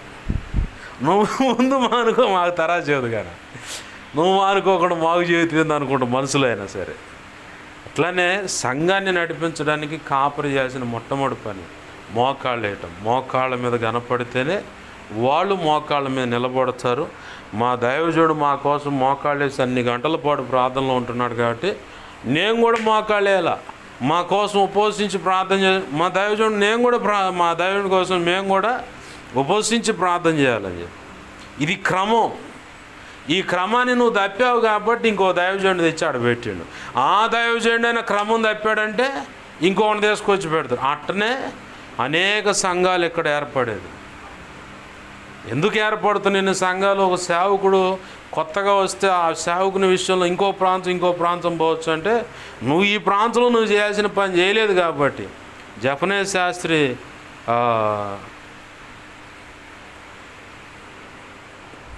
దాని పేరు ఏదో ఉంది, ఐఎఫ్జే, భారతదేశ వ్యాప్తంగా ప్రార్థన చేసే ఒక ఫోర్స్ అన్నమాట అది, ఐఎఫ్జే అని వచ్చాయి. దాంట్లో ఒక రోజు నేను పోయా. జఫనే శాస్త్రి గారి వాళ్ళ అన్న లోతరన్ శాస్త్రి గారు వచ్చారు. ఆయన వాక్యం చెప్పాడు, ఒక దైవజనుడు నీవు ఉన్న కాడ ఇంకొక దైవజనుడు వస్తే ప్రోత్సహించి, ఆ గలతీ పత్రిక 2వ అధ్యాయంలో చివరిలో చెప్పినట్టుగా నాకు అనుగ్రహింపబడిన కృపను పేతురు, యోహాను, యాకోబులు గ్రహించారు కాబట్టి వారి కుడి చెయ్యి నాకు ఇచ్చి సహకార సూచనగా, సమాధానానికి సూచనగా, సహోదరుడా నీకు ఇవ్వబడిన కృపను బట్టి నువ్వు దేవుని సేవ చేయి, మాకు ఇవ్వబడిన కృపను బట్టి మేము దేవుని సేవ చేస్తామని వాళ్ళు సమాధానంతో ఐక్యత కలిగి అడుగులు వేసి దేవుని యొక్క ఉన్నతమైన సేవ చేశారు. అలాగే ఈరోజు ఒక సేవకుడికి సీనియర్ మోస్ట్ 10 ఏళ్ళు కావచ్చు, 30 ఏళ్ళు కావచ్చు, ఇంకా ఎన్ని సంవత్సరాల నుంచి అయినా ఉండొచ్చు, ఇంకొక నూతనంగా ఒక వ్యక్తి వచ్చి అదే ప్రాంతంలో లేదా కొంచెం ఎడంగా ఆయన సేవ ప్రారంభిస్తే అది వెళ్ళి ఉర్రామరా చూస్తారు, అదే నెట్టన పాడు చేయాలని చూస్తారు. అది చేయటం వల్ల నువ్వే దోషి అవుతావు. అయితే నువ్వు చేయాల్సిన పని ఏంటంటే అతన్ని ప్రోత్సహించు, సంతోషించు, అతన్ని బట్టి సంతోషించు, ప్రోత్సహించేది దేనికంటే ప్రభు పని అతని ద్వారా కూడా ఏదో జరగబోతుందని దాన్ని బట్టి సంతోషించాలి. అట్లా కాకుండా ఇవాళ ఎలా ఉందంటే ఏంది మాకు జాత కాదా, ఎడజాత అయితే గతంలో చెప్పాను, తెనాలి ప్రాంతంలో గరువుపాలెం అక్కడ డెలివరెన్స్ ప్రార్థన చేసేటువంటి దైవజనుడు ఉన్నారు. ఉబిలి ఇక అనేక రాష్ట్రాల్లోకి అతను ప్రత్యేకంగా డేట్లు ఇచ్చి భారీ బహిరంగ సభల్లో నిలబెట్టి దేవుని మాటలు అందిస్తూ ఉంటారు. కానీ అతని ద్వారా ఒక అద్భుతం, అక్కడ ఒక పేషెంట్ ఉన్నాడు, లివర్ క్యాన్సర్. తెలంగాణ ప్రాంతంలో ఏదో ప్రసాదం రూపేణ పెట్టారు, లడ్డు రూపేణ పెట్టారంట, తిన్నంట. అది అక్కడున్న దైవజనుడు ప్రార్థన చేసినప్పుడు ఆ లడ్డు లాంటిది నేను కక్కానన్నా అంట, బాగుంది. తర్వాత సోమవారం రోజున అంటే రేపు పోయిన నెలలో చివరిలో 2వ ఆదివారం తర్వాత వచ్చే సోమవారం అనమాట. ఆ రోజు నేను అక్కడికి వెళ్ళి మాట్లాడదాం, ఎక్కడున్నాడు ఆ అబ్బాయి అని చెప్పని పోతే అక్కడ ఉన్నాడు. వెళ్ళాను, ప్రార్థన చేసి అయ్యా ఇట్లా జరిగింది, నీకు ఇది పరిస్థితి అని చెప్పని ప్రార్థన చేశాను. అక్కడ ఉన్నవాళ్ళు సాక్ష్యం ఇచ్చింది ఏంటంటే ఎప్పుడు ఏ కబురు వచ్చుదని భయంతో ఉన్నాము, కానీ ప్రభు కృపను బట్టి నిన్ను పంపించి ఆ ప్రార్థన చేయటం ద్వారా ఇప్పుడు మేము ఫ్రీగా నెమ్మదిగా ప్రశాంతంగా ఉన్నామయ్యా, మాకు భయం లేదా. ఆమేన్, హల్లెలూయా. ఎలా సాధ్యపడింది? ఆయన అనుకోవచ్చు నేను ఇక్కడ ఉన్నాను కదా ఆయన పంపించవేందని. ఎవరికి ఇవ్వాల్సిన తలంచులు వారికి తన ఇష్టము చొప్పున ప్రభువే కొలిచి ఇస్తాడు సామర్థ్యం. పౌలు భక్తుడు అన్నాడు, పేతురు యూదుల మధ్య అపోస్తులుగా ఉండటానికి పిలువబడ్డాడు, కానీ నేను అన్ని జనుల మధ్య అపోస్తులుగా ఉండటానికి పిలువబడ్డా. నాకు ఇవ్వబడిన కృపను వాళ్ళు కనుగొన్నారు, గ్రహించారు కాబట్టి సహకార సూచనగా నాకు చెయ్యి అందించారు. ఇవాళ పౌలు, పేతురు, యోహాను, యాకోబుల వలె ఎదుటి దైవజనుడికి ఇవ్వబడినటువంటి కృపను కనుగొనలేనటువంటి అంధత్వంలో బ్రతుకుతున్న దైవజనులు చాలామంది ఉన్నారు. ఒకటి, ఆ అంధత్వానికి కారణం ఏంటంటే మేమున్నాంగా ఈయన మళ్ళీ ప్రత్యేకంగా వచ్చి చేసేది ఏముంది? ఏం చేస్తాడు ఈయనంటే, వీళ్ళు పూర్తిగా మూలాలు మర్చిపోయి విత్తేది ఒకడు, నీరు పోసేది ఒకడు, ఎరువేసేది ఒకడు. ఈ మూలాలు మర్చిపోయి నా ద్వారా అందాల్సిన వాక్యం అతనికి అందుతుంది, ఏదో కావాల్సిన విటమిన్ దొరుకుతుంది. ఇప్పుడు మనం బీట్రూట్ అని, క్యారెట్ అని, పైనాపిల్ అని, యాపిల్ అని, ద్రాక్ష, దానిమ్మ అని, ఇట్లా ప్రతి దాంట్లో ఏదో ఒకటి మన బాడీకి అవసరమైన విటమిన్స్ ఉన్నాయి. అయితే ఆకుకూరలు కూడా ఉన్నాయిగా. దేనికై? మెగ్నీషియం పెరగటానికి, కాల్షియం పెరగటానికి, రక్తం పడటానికి ఆకుకూరలో నుంచి. మనం అచ్చంగా ఆకుకూరలు తినొచ్చుగా, కాయగూరలు ఎందుకు? అచ్చంగా కాయగూరలు తినొచ్చుగా, దానిమ్మ పళ్ళు, ఈ తినే కాయలు ఇవన్నీ ఎందుకు?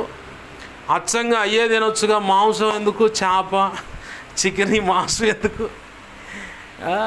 అస్సలు ఎలా ఉందంటే పరిస్థితి. ప్రభునందు ప్రేమ దేవుని గమనించండి. సబ్జెక్ట్లోకి వస్తున్నాయి, తవ్వుకుంటా పోతుంటే చాలా లోతుకి వెళ్ళిపోతూ ఉంది. ప్రభువు అలా తీసుకెళ్తూ ఉన్నాడు. ఒక దైవజనుడు ఈ ప్రాంతానికి వచ్చినప్పుడు తృణీకరించాల్సిన పని లేదు, నిలబెడతాడు ప్రభు. అతని ద్వారా సంపాదించాల్సిన ఆత్మలు ఎన్ని సంపాదిస్తాడో. ఆమేన్, హల్లెలూయా. అతని ద్వారా పెంపారబడవలసిన వాళ్ళు ఎంతమందో, ప్రయోజకులు అవ్వాల్సిన ఎంతమందో, నీ దగ్గర అందిన సందర్భం ఏదో ఈ దైవజనుడి దగ్గర అందుద్ది. ఆ అందిన దాన్ని బట్టి ఆ వ్యక్తి బలపడతాడు. అదే సబ్జెక్ట్ నువ్వు అందిస్తావు, కానీ అతనికి అర్థము కాని కోణంలో అందించి ఉండవచ్చు.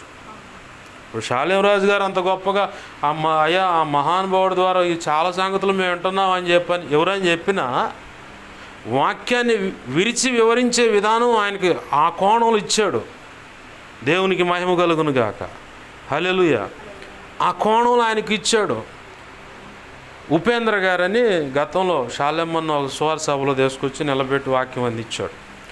ఒక సభకు ఆయన వచ్చి టక రిఫరెన్స్ కోడ్ చేస్తా అన్నీ చెప్తా అయిపోయిన తర్వాత షాలేం రాజన్న ఆ దైవజనుడితో ఇచ్చిన సాక్ష్యం ఏంటంటే, అయ్యా మీరు ఈరోజు చెప్పినటువంటి వర్తమానం దాన్ని పూర్తిగా నేను వివరించి ప్రభు నాకు ఇచ్చినటువంటి ఆ ప్రజలకు నేను అందించాలంటే 6 నెలలు పట్టుద్ది అన్నాడు. మీరు ఈరోజు ఈ సభలో 1 గంట 2 గంటలు చెప్పారు కదా వాక్యము, రిఫరెన్స్ చెప్పారు కదా, వాటన్నిటిని విరుచుకుంటా అన్ని విషయాలు వివరంగా చెప్పాలంటే 6 నెలలు పట్టుద్ది నాకన్నాడు. అంత లోతైన సంగతి నువ్వు దేవుని ప్రజలకు అందించావు. వారు ఎలా రిసీవ్ చేసుకుంటారు నాకైతే తెలియదు, కానీ నాకైతే ఇలా అర్థమైంది అన్నాడు. దేవునికి మహిమ కలుగును గాక, హల్లెలూయా. ప్రభునందు ప్రియమైన దేవుని బిడ్డలకు బాగా గమనించండి. ఒక దైవజనుడు ఈ ప్రాంతానికి వచ్చాడంటే నువ్వు వ్యసనపడాల్సిన పని లేదు. ప్రభు కృపను బట్టి పంపించాడు కాబట్టి ఆయన అనుకున్న పని జరిగించుకుంటాడు. బాగానే ఉంది పాష గారు, సబ్జెక్ట్ విడిపోయిందంటే సబ్జెక్టులోనే ఉన్నాం. దేవుని మహా ఉచిత కృపను బట్టి దావీదు తర్వాత సొలొమోనుకి దేవుడు కృపనిస్తే భార్యల దగ్గర ఆయన అన్య స్త్రీలను పెండ్లాడి ఇంకొక వైపుకు మళ్ళాడు. ఆ కారణాన్ని బట్టి శాపం ఎంటర్ అయి ఆ ఒక్క యోధా గోత్రము చివరగా ఇంకొక గోత్రం ఉంది, మనష్షే, ఎఫ్రాయిం అని 2 ఉన్నారు, యోసేపు యొక్క పిల్లలు. ఆ గోత్రాల్లో ఒకటి. ఈ 2 గోత్రాలు ఒకవైపు ఉన్నాయి, మిగతా 10 గోత్రాలు ఒకవైపు ఉన్నాయి. కానీ ప్రభు కృపను బట్టి ప్రతి సొలొమోను తర్వాత సింహాసనం ఎక్కుతున్న ప్రతి ఒక్క రాజు ఏదో ఒక కోణంలో దైవ చిత్తానికి వ్యతిరేకంగా అడుగులు వేసి తిరుగుబాటు చేసిన వాళ్ళే. ప్రారంభంలో వాళ్ళు దేవునితో నమ్మకంగా నడిచారు. ఇప్పుడు సొలొమోను తర్వాత ఒక రోజు వచ్చాడు. ఆ వచ్చినోడు ఏం చేశాడంటే, నా మాట మీరు పక్కకి వెళ్తారేమో అని చెప్పని కొన్ని పోత విగ్రహాలు అమల్లో పెట్టి మొక్కండి, వీటికి ఎరుసలేం లేదు ఏం లేదు, ఈడ మొక్కండి అని చెప్పని మొదలుపెట్టి అట్టా ఆయన తర్వాత ఇంకొక రాజు, ఆయన తర్వాత ఇంకొక రాజు, ఆయన తర్వాత ఇంకొక రాజు, ఇట్లా వస్తున్న క్రమంలో మధ్యలో కొంతమంది ఈ యోధా గోత్రంలోనే కొంతమంది రాజులు ఏం చేశారంటే ప్రారంభంలో దేవునితో చాలా నమ్మకంగా నడిచారు. మా పితరులు ఇలా చేశారయ్యా ఈ విగ్రహారాధన, నేను అలా చేయకూడదు, కాబట్టి అయితే నేను ఒక నిర్ణయం తీసుకున్నానని ఎక్కడెక్కడైతే ఉన్నత స్థలాల మీద కొండల మీద ఏడబడితాడ అవి నిలబెట్టి పూజలు చేశారు, ఆరాధనలు చేశారు. అటన్నిటిని పడగొట్టి వాటికి సంబంధించి బలులు అర్పించడానికి పెట్టిన బలిపీఠాలన్నీ పడగొట్టి చివరికి దేవుని వైపుకు మళ్ళేలా అందరిని దేవుని వైపు మళ్ళించారు. కొంతకాలం గడిచిన తర్వాత ఈ రాజే మళ్ళీ ఆ పాత విగ్రహాలు నా మాట వినకుండా పోయి ఆ యేసయ్యని నమ్ముతున్నారట్టుకుంటా, కాబట్టి నా వైపు నన్ను గురి పెట్టుకోవాలి, నా మాట ఆ దేవుని మాటగా శాసనంగా ఉండాలని చెప్పని వీళ్ళే మళ్ళీ కొన్ని బొమ్మలు నిలబెట్టి, ఇదిగో నేను నడిపిస్తున్న విధానం వీటికి మొక్కాల, లేదంటే చేస్తారా. ఆ కారణాన్ని బట్టి కూడా కొంతమంది మొత్తపడ్డారు, శపించబడ్డారు, సంతానమే లేకుండా అసలు పూర్తిగా తుడిచివేయబడ్డారు. కానీ దేవుడు దావీదుకు చెప్పిన మాటను బట్టి ఎవరో ఒకళ్ళని మిగిలిస్తానే చివరికి తీసుకొచ్చి ఆ సింహాసనం మీద పెడతా ఉన్నాడు. ఆ పరంపరలో వచ్చినటువంటి వాడే హిజ్కియా తన పితరుల వలె కాక తన పితరుడైన దావీదు ఎలా అయితే దేవునితో అంటుకట్టబడి నడిచాడో అలాగ బ్రతికాడు భక్తులు అన్నాడు. దేవునికి మహిమ కలుగును గాక. మనం కూడా అదే భక్తి సాధన చేయాలి. అసలు హిజ్కియాని మోళ్ళగా పెట్టుకోవటం కంటే దావీదును మోళ్ళగా పెట్టుకోవాలి. పొరపాటు జరిగినా కొడతావు, కొట్టు, నిన్ను మాత్రం వదిలిపెట్టను నేను. నాకు నువ్వు కావాలి ప్రభువా, నువ్వు నిర్ణయించిన ఆశీర్వాదం నాకు కావాలి ప్రభువా. నువ్వు ఏమన్నా చెయ్యి, శిక్షిస్తావు శిక్షించు, కొట్టేటప్పుడే నేను ఏడుస్తూ ఉంటే దిగులు పడతావు, కదిలిపోతావు కదా, శిక్షించు, నువ్వు మాత్రం నాకు కావాలి. నువ్వు నిర్ణయించిన ఆ ఉన్నతమైన ఆశీర్వాదం, ఇహమందు పరమందు నాకు నిర్ణయించిన ఆశీర్వాదం నాకు కావాలి ప్రభువా అని మొండిగా పట్టుకోవటమే.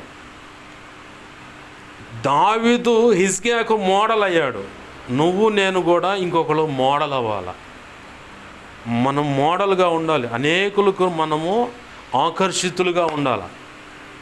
సౌందర్యాన్ని బట్టి కాదు, ఆధ్యాత్మిక సౌందర్యాన్ని బట్టి, దేవుళ్ళు ఆధ్యాత్మికంగా ఎదుగుతున్న దాన్ని బట్టి, ఆధ్యాత్మిక పరిపక్వతను బట్టి, ప్రార్థన, విజ్ఞాపన, వాక్యం చదివే విషయంలో, ప్రభుత్వం నడిచే విధానంలో, సేవ మాదిరి చూపించే విషయం, అన్ని విషయాల్లో మనం మోడల్ అవ్వాలి. అయితే ఇక్కడ హిజ్కియా అంటున్నాడు, హిజ్కియాతో దేవుడు అంటున్నమాట, నీవు కన్నీళ్లు విడుచుట నేను చూశాను అని. అంతకుముందు ప్రవక్త వచ్చాడు, అంతా సర్దుకో బాయ్, అంత అయిపోయింది, 3 రోజులు నువ్వు పోతావు అని చెప్పంటే హిజ్కియా అంటున్నాడు గోడ వైపు తట్టు తిరిగి, ప్రభువా చిన్ననాటి నుంచి నేను నీ ఎదుట ఎంత యథార్థంగా బ్రతికా నువ్వు చూస్తున్నావుగా, నన్ను అప్పుడే తీసుకోవటం ఏందయ్యా అని చెప్పని గోడ వైపు తిరిగి, ప్రవక్త తనకు అందించిన సమాచారాన్ని తెచ్చి రాజుకు అందించాడు. తన పని అయిపోయింది, వెళ్తూ ఉన్నాడు. ఈ లోపల ఈ వార్త విన్న రాజు ఇటు తిరిగాడు. ఇక వెంటనే గోడ వైపు తిరిగాడు, మొరపెడుతూ ఉన్నాడు. ఒకవేళ మనము అనేక విషయాలు, ఆర్థిక ఇబ్బందుల నుంచి కావచ్చు, అప్పులు కావచ్చు, అనారోగ్యం కావచ్చు, కుటుంబ సమస్యలు కావచ్చు, మారని భర్త కావచ్చు, మారని భార్య కావచ్చు, మాట వినని పిల్లలు కావచ్చు, ఒకవేళ కూతురు భర్త ఆ విషయంలో సమస్య కావచ్చు, లేదా కొడుకు కోడలు వాళ్ళిద్దరి మధ్య సమస్య కావచ్చు, సంతానలేమి కావచ్చు, ఉద్యోగంలో పదోన్నతి కావచ్చు, అసలు ఉద్యోగం లేదా ఏదైనా ఉద్యోగం ఇస్తే బాగుండు అనొచ్చు, ఏంది, లేదంటే పైన అధికారి వల్ల నాకు ఇంత ఇబ్బంది ఉందా అని చెప్పి అనొచ్చు, లేదంటే స్థలాలు తాకట్టు రిజిస్ట్రేషన్ కాడ తేడా పడవచ్చు, ఎవడైనా దొమ్మిగా మన మీద ఎగబడుతుండొచ్చు. ఒకళ్ళు వస్తూ ఉంటారు, తాకట్టు పెట్టిన దాన్ని బట్టి అప్పిచ్చినోడు వచ్చి బలవంతంగా ఆ చల్లి కనుక అప్పిచ్చినోడు వచ్చి మా పిల్లలు లేకపోతున్నాడు, అట్లాంటి సమస్య కావచ్చు, లేదంటే వారాలు వడ్డీవాడి వల్ల కావచ్చు, రూపాయికే బజాజ్ ఫైనాన్స్ రూపాయికి తీసుకొస్తే కట్టలేక ఇప్పుడు తెప్పలు, లేదంటే గవర్నమెంట్ దగ్గర నుంచి రావాల్సిన జీతం రాక ఇరుకు ఇబ్బందులు అనిపిస్తుండొచ్చు, లేదంటే భర్త దగ్గర నుంచి రావాల్సిన వారసత్వ హక్కు ఆస్తి నీకెక్కడదని చెప్పని తృణీకరించిన సందర్భాలను బట్టి అయ్యా ఆస్తి కావాలని చెప్పని పోరాడుతూ, అంటే రాజ్యాంగపరంగా రావాల్సిన ఆస్తిలో వాటాను బట్టి పోరాడుతూ ఉండొచ్చు. లేదంటే కొంతమంది ఇప్పుడు విచిత్రంగా ఎలా ఉందంటే, నేను చూసిన పరిస్థితుల్లో తల్లి తేడా పడింది, వేరొక వ్యక్తి దగ్గరకు వచ్చింది, చివరికి ఈ ఇంటి పేరు లేదని చెప్పాను. ఆ పుష్ప సినిమా చూసినప్పుడు కొంతమంది వాళ్ళు ఆడపిల్లలు తొందరపడి అడుగులు వేసి, పలానా వ్యక్తి నాకు నచ్చాడు, ఆ వ్యక్తితో వెళ్ళిపోయి పిల్లలు కన్నా వాళ్ళు ఉన్నారు. జీవితాలు పాడు అంత పతనం చేసుకున్నటువంటి పిల్లలు ఉన్నారు. ఇప్పుడు ఆ అమ్మాయి ఒకవేళ పెద్ద అయిన తర్వాత, లేదు ఎవడో ఒకడో సూటిపోటికైనా సరే ఎవడు గన్నం అంటే ఇది నీచమైన మాట వాస్తవానికి. అసలు సాక్ష్యం ఏముంది? ఇలాంటి పరిస్థితులు నీకు ఇంటి పేరే లేదుగా, మీ నాన్న ఎవరని చెప్పంటే ఆ పిల్ల కృంగిపోద్ది, ఈ తల్లి కృంగిపోద్ది. ఇలాంటి పరిస్థితులు నా బిడ్డలకయ్యా ఒక దిక్కు చూపించు, అణగారిపోతున్న పరిస్థితులు కనపడుతున్నాయని ఇన్ఛార్జి అనేక కారణాలు బట్టి మనం ఒకవేళ కన్నీరు కారుస్తూ ఉండొచ్చు. ఒకవేళ పరిచర్లు వర్ధిలత లేదని, అయ్యా ఎంత పోరాడుతున్నా, ఎంత పెనుగులాడుతున్నా, ఎంత కన్నీరు గార్చినా, అయ్యో నేను ఆత్మను సంపాదించలేకపోతున్నాను, ఒక స్థలమైన సంపాదించి మందిరం కట్టలేకపోతున్నాను, ఇంకా అనేక ప్రాంతాల్లో దేవుని సేవ చేయాలని ఆశ ఉంది కానీ ముందుకెళ్ళలేకపోతున్నాను, ఆర్థికంగా నాకు సహాయం కావాలి ప్రభువా, ఆత్మలు నాకు ఇవ్వు ప్రభువా, నన్ను ఒక చోట స్థిరపరచు ప్రభువా, నాకు కృపనివ్వు ప్రభువా, ఇదిగో దైవజనుడు సహాయం చేద్దామంటే ఇలా అడ్డులు ఉన్నాయ్యా, ఈ అడ్డులు తొలగించని ఇన్ఛార్జ్ అనేక కారణాలు కన్నీరు గార్చే విషయాలు మన జీవితాల్లో ఉన్నాయి. ఈ మాటలు వింటున్న వ్యక్తుల జీవితాల్లో ఆయా జీవితాల్లో ఉన్నాయి. అయితే ప్రభు అంటున్న శుభవార్త ఏంటంటే, నీవు కన్నీళ్లు విడుచుట నేను చూశాను, నేను నిన్ను నీ ప్రార్థన నేను విన్నాను, అంగీకరించబడింది, నేను నిన్ను బాగు చేస్తాను అంటున్నాడు ప్రభు. ఆమేన్, హల్లెలూయా. ఏం చేస్తాను అన్నాడు?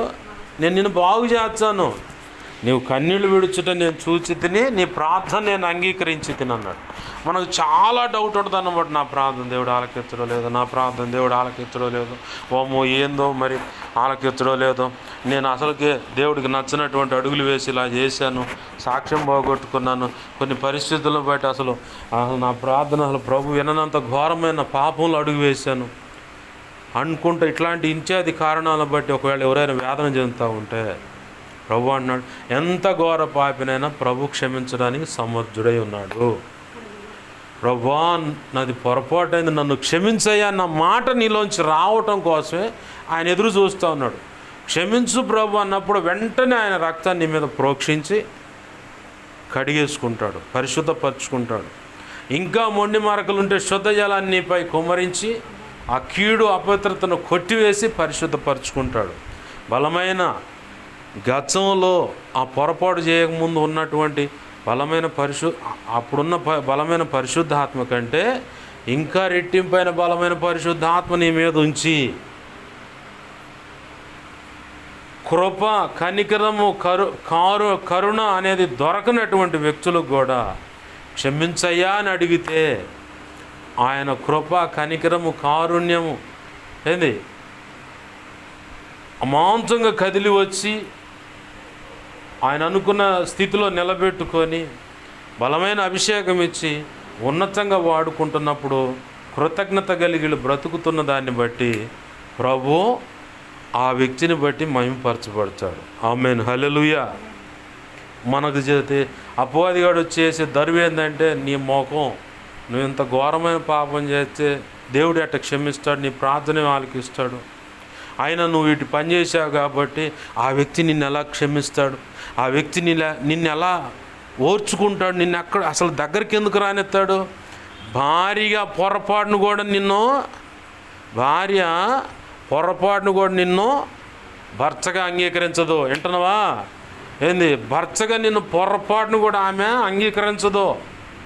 ఒకవేళ నీ జీవితంలో ఆ వ్యక్తిని నువ్వు మోసం చేసి వెళ్ళిపోయి తీరా మళ్ళీ తిరిగి వచ్చి నువ్వే నా భర్త, నిన్నే నా భర్తగా దేవుడు చూపిస్తున్నాడు కాబట్టి మన ఇద్దరం పెళ్లి చేసుకుందాము, దేవుని సేవ చేద్దాం ఎట్టంటే నమ్మి నిన్ను భలే చెప్పావే రా మన బంధం అనుబంధం అని పాటేసి ఇక నిన్ను దేవుని సేవలో నడిపించుకుని ముందుకు పోచడానికి ఉన్నవా, పొర్రపాటును కూడా ఒప్పుకోడు, దగ్గరకు పోయి చంపేస్తాడు, అంత కోపం చూడని ఈడే చెబుతాడు సైతాన్గా. వాస్తవేనది? వాస్తవం కాదు. అది లేని ఉన్నట్టు చూపించటం వాడి పని. అది నేను కొన్ని ఎగ్జాంపుల్సే చూపిస్తూ ఉన్నాను. ఇంకా ఎంత కఠినమైన పరిస్థితులు మన జీవితంలో కనపడ్డా అపవాది వేసే దరువును బట్టి మనము వాడు చెప్పేదానికి తలవపకుండా ప్రభు నీకు ముందే చెప్పి ఉంటాడు, ఆ చెప్పిన దాని మీద అడుగువి. ఇప్పుడు నీతిగా అన్యాయస్తుడైన న్యాయాధిపతి చరిత్రలో గమనిస్తే ప్రభు అంటాడు, అన్ని మార్లు ఆయన దగ్గరికి వెళ్ళి నా విషయంలో వేద్యమాడి నాకు సమాధానం అని విసిగిచ్చినప్పుడు దేవుడికి భయపడతలేదు, మనుషులకు భయపడతలేదు. ఈ పిల్ల ఏమైంది పద్దాకులు నా సంగతి ఏంది అంటుంది. కాబట్టి ఎట్లయినా ఈ అమ్మాయి విషయంలో నేను న్యాయం చేయాలని అడుగులేశాడు. అట్లానే ప్రభు కృపను బట్టి నా ప్రభు ఇక్కడ మనం నేర్చుకోవాల్సిన సబ్జెక్ట్ ఏంటంటే, ఇతని దగ్గర పోతేనే నాకు న్యాయం జరుగుద్ది, కరెక్ట్గా దేవుడు మాట్లాడతాడు అన్న మొండి పట్టుదల అనమాట. ఆ మొండి పట్టుదలలో దేవుడు ఖచ్చితంగా కార్యం చేస్తాడని విశ్వాసపు నేత్రాలతో ఆ పిక్చర్ను చూసి విశ్వసించి దాన్ని బట్టి అడుగులు వేసి ప్రయత్నం చేస్తే ఖచ్చితంగా మనం సక్సెస్ను చూస్తాం. ప్రభునందు ప్రియమైన దేవుని బిడ్డలారా, దేవుడు ఈరోజు నీతో మాట్లాడుతుంది. నీవు కన్నీళ్లు విడుచుట నేను చూశాను, నీ ప్రార్థన నేను అంగీకరించాను, నేను నిన్ను బాగు చేస్తాను. పాడైపోయింది అనుకుంటున్నావు, రూతులాగా నా జీవితం అయిపోయింది అనుకుంటే, బోయాజు ఉన్నాడు పక్కన అవకాశం. అంటే ఇంకొక వ్యక్తి దేవుని సంకల్పంలో నిర్ణయింపబడినటువంటి ఇంకొక వ్యక్తి, అంటే బోయాజు లాంటి వ్యక్తిత్వాలు కలిగిన వ్యక్తి. ఈ రోజుల్లో మనం చూసుకుంటే, అంటే ఆయనకి భార్య పిల్లలు ఉన్నారు, ఆయనే ఆ వ్యక్తి అనుకుంటే కాదు. బోయాజు లాంటి వ్యక్తిత్వాలు, అంటే దేవునికి భయపడుతూ చనిపోయిన వారికి బ్రతికున్న వారికి కూడా మేలు చేస్తా దేవుని లేఖనం ప్రకారం బ్రతికేటువంటి వ్యక్తిత్వం కలిగిన వ్యక్తులు ఉంటారు. అలాంటి వాళ్ళు ఉన్నారు అన్నది దానికి సాదృశ్యం. నా పరిస్థితి అయిపోయిందంటే ఏదో దిక్కు నుంచి సహాయం పంపిస్తాడు, ఆయన ఏం ఊరకుండడు. ఖచ్చితంగా తన ప్రజలు అక్కడ కొట్టుమిట్టాడటం అనేది ఆయనకి ఇష్టం లేదు. ఆ సమస్యల్లో కానీ, ఇరుకుల్లో కానీ, ఇబ్బందుల్లో కానీ, అనారోగ్య విషయంలో కానీ, కుటుంబ సమస్యలు కావచ్చు, ఇత్యాది ఏ విషయంలో అయినా సరే. అయితే ఇక్కడ మనకు పొరపాటు ఎక్కడి నుంచి వస్తుంది అంటే, అవగాహన లేమి ఒకటి, సైతానుగాడు వేసే భ్రమ ఒకటి, రెండవది మన పొరపాట్లు ఏమైనా ఉంటే దిద్దుకోకపోవటం, దిద్దుకున్నామంటే మనం సరి చేయబడతాం. మూడవది మనలో కొన్ని మొండితనాలు ఉంటాయి. మొండిగా దేవునికి లోపడకుండా ఏదో ఒక విషయంలో మన పొరపాట్లు ఉంటాయి. ఆ పొరపాటును దిద్దటానికి కూడా కొన్ని పరిస్థితులు దేవుడు అనుమతించి మనలో ఉన్న ఆ మొండితనాన్ని విరగదీసి, అంటే శ్రమలో అంటే వేడి, ఆ వేడి కొలిమిలోకి తీసుకెళ్ళి ఆయన అనుకున్నట్టుగా మెల్ట్ చేసుకుంటాడు. బాగా గుర్తుపెట్టుకోవాలి, మనం ఒక కొలిమిలో ఏదైనా ఒక వస్తువు మనం తయారు చేయించుకోవాలనుకుంటే ఆ ఇనప మొక్క అది కొద్దిదే కొడవలు చేయ అంటాం, లేదంటే ఇంత రాడ్డు మొక్క తీసుకెళ్ళి కొడవలు చేయ అంటాం. రాడ్డుని అంతే చేయొచ్చుగా చేతుడా, కొలిమిలో బాగా కాల్చాలా, ఎర్రగా మారాలా, తర్వాత 1-2 సార్లు కొలిమిలో పెట్టి తర్వాత చివరికి కక్కు కొడవలా, గడ్డి కోసే కొడవలా, లేదంటే కట్టెలు నరికే కొడవలా, ఏ కొడవలా అని మనం చెబితే దాని ప్రకారం అది వస్తుంది. అయితే హీట్ జరగాల్సిందే, మలాడు దెబ్బలు పడాల్సిందే, అప్పుడే అది అనుకున్న రీతిగా మెల్ట్ అవడానికి దెబ్బలు పడుతూనే ఉంటాయి. అలాగనే మనం ఆధ్యాత్మిక జీవితంలో ప్రభు కృపను బట్టి ఆయనకు లోబడటానికి కూడా కొన్ని విషయాల్లో, సున్నితమైన విషయాల్లో మొండితనం చూపిస్తాం మనం. అవి ఎలా ఉంటాయంటే, ఈ చిన్న మాటలు చెప్పి నా మాటలు ముగిస్తాను. ఎలా ఉంటాయంటే, మోషే దేవునికి ఎదురు తిరిగి మాట్లాడుతాడు. ప్రారంభంలో ఎలా ఉంటుందో దేవునికి ఎదురు తిరిగి మాట్లాడేది ఎక్కడంటే, వీళ్ళందరూ నేను కన్నానా అయింది ప్రభు, నా మీద పడతారు వీళ్ళంతా వచ్చి, వాళ్ళేమో కానీ నన్ను చంపి వీళ్ళ దెబ్బకు నేను తట్టుకోలేకపోతున్నాను. అక్కడ దేవునికి వ్యతిరేకంగా తిరుగుతాడు. ప్రారంభంలోనేమో నాకు 4 మందం, నేను మాటగారిని కాదు, నాకు బదులు ఇంకెవరు నన్ను పంపించు అంటే ప్రభు ఎన్నో విధాలుగా బచ్చలాడుతాడు. అయినా అడ్డం తిరిగి అయ్యే మాటలు చెబుతాడు. చివరికి ప్రభు కృపను బట్టి 2 సూచనలు చూపించి, సూచక క్రియల్లాగా కొన్ని సూచనలు చూపించి, ఆ తర్వాత ఇప్పుడు అంటే పోయి సత్రంలో పూనుకోండు. దేవుడు మళ్ళీ వచ్చి మోషేని చంపడానికి ప్రయత్నం. ఆ తర్వాత ఆయన భార్య చేసిన పనిని బట్టి దేవుడు ఉగ్రత ఆగిపోయి ముందుకు వెళ్ళిపోతాడు. తర్వాత ఆ మార్గం తర్వాతనే దేవుడితో మోషే అంటాడు, ఈ ప్రజలు నేను కన్నానా ఏంది, నన్ను చంపే ప్రభు, ఇలా వాళ్ళు తట్టుకోలేకపోతున్నాను. తర్వాత ఆ రాయిని కొట్టు అంట, నీళ్ళు ఇచ్చింది. మారా అనుభవం, మన్నా అనుభవం, ఆ తర్వాత మారా అనుభవం, మన్నా అనుభవం అయిపోయిన తర్వాత నెక్స్ట్ మాంసం, ఇవన్నీ అయిపోయినాయి, బాగానే ఉంది. చివరికి మాంసం అన్న అంత అనుభవం అయిపోయిన తర్వాత చివరి ఘట్టం అన్నమాట. దేవుణ్ణి అడుగుతాను, నీళ్ళ కోసం అడుగుతున్నారా వీళ్ళంటే, వెళ్ళి ఆ బండతో మాట్లాడాడు. వీళ్ళ మీద ప్రాణం విసిగిపోయి మోషే వెళ్ళిపోయి దేవునితో మాట్లాడి కిందకు వచ్చిన తర్వాత, ద్రోహులారా మీకు నీళ్ళు ఇవ్వాలా అని చెప్పిన మాట, కాని మాట పలికాడని లేఖనంలో రాశాం. ఎంత పెద్ద తప్పు అది దేవుని దృష్టికి. అంతకుముందు నేను వీళ్ళ దెబ్బకు నేను బ్రతకలేను, చచ్చిపోతాను ప్రభు అండి, చంపే ప్రభు అండి. దేవుడు చెప్పిన పనులు చేయకుండా మొండిగా అడ్డం తిరిగినోడే మోషే.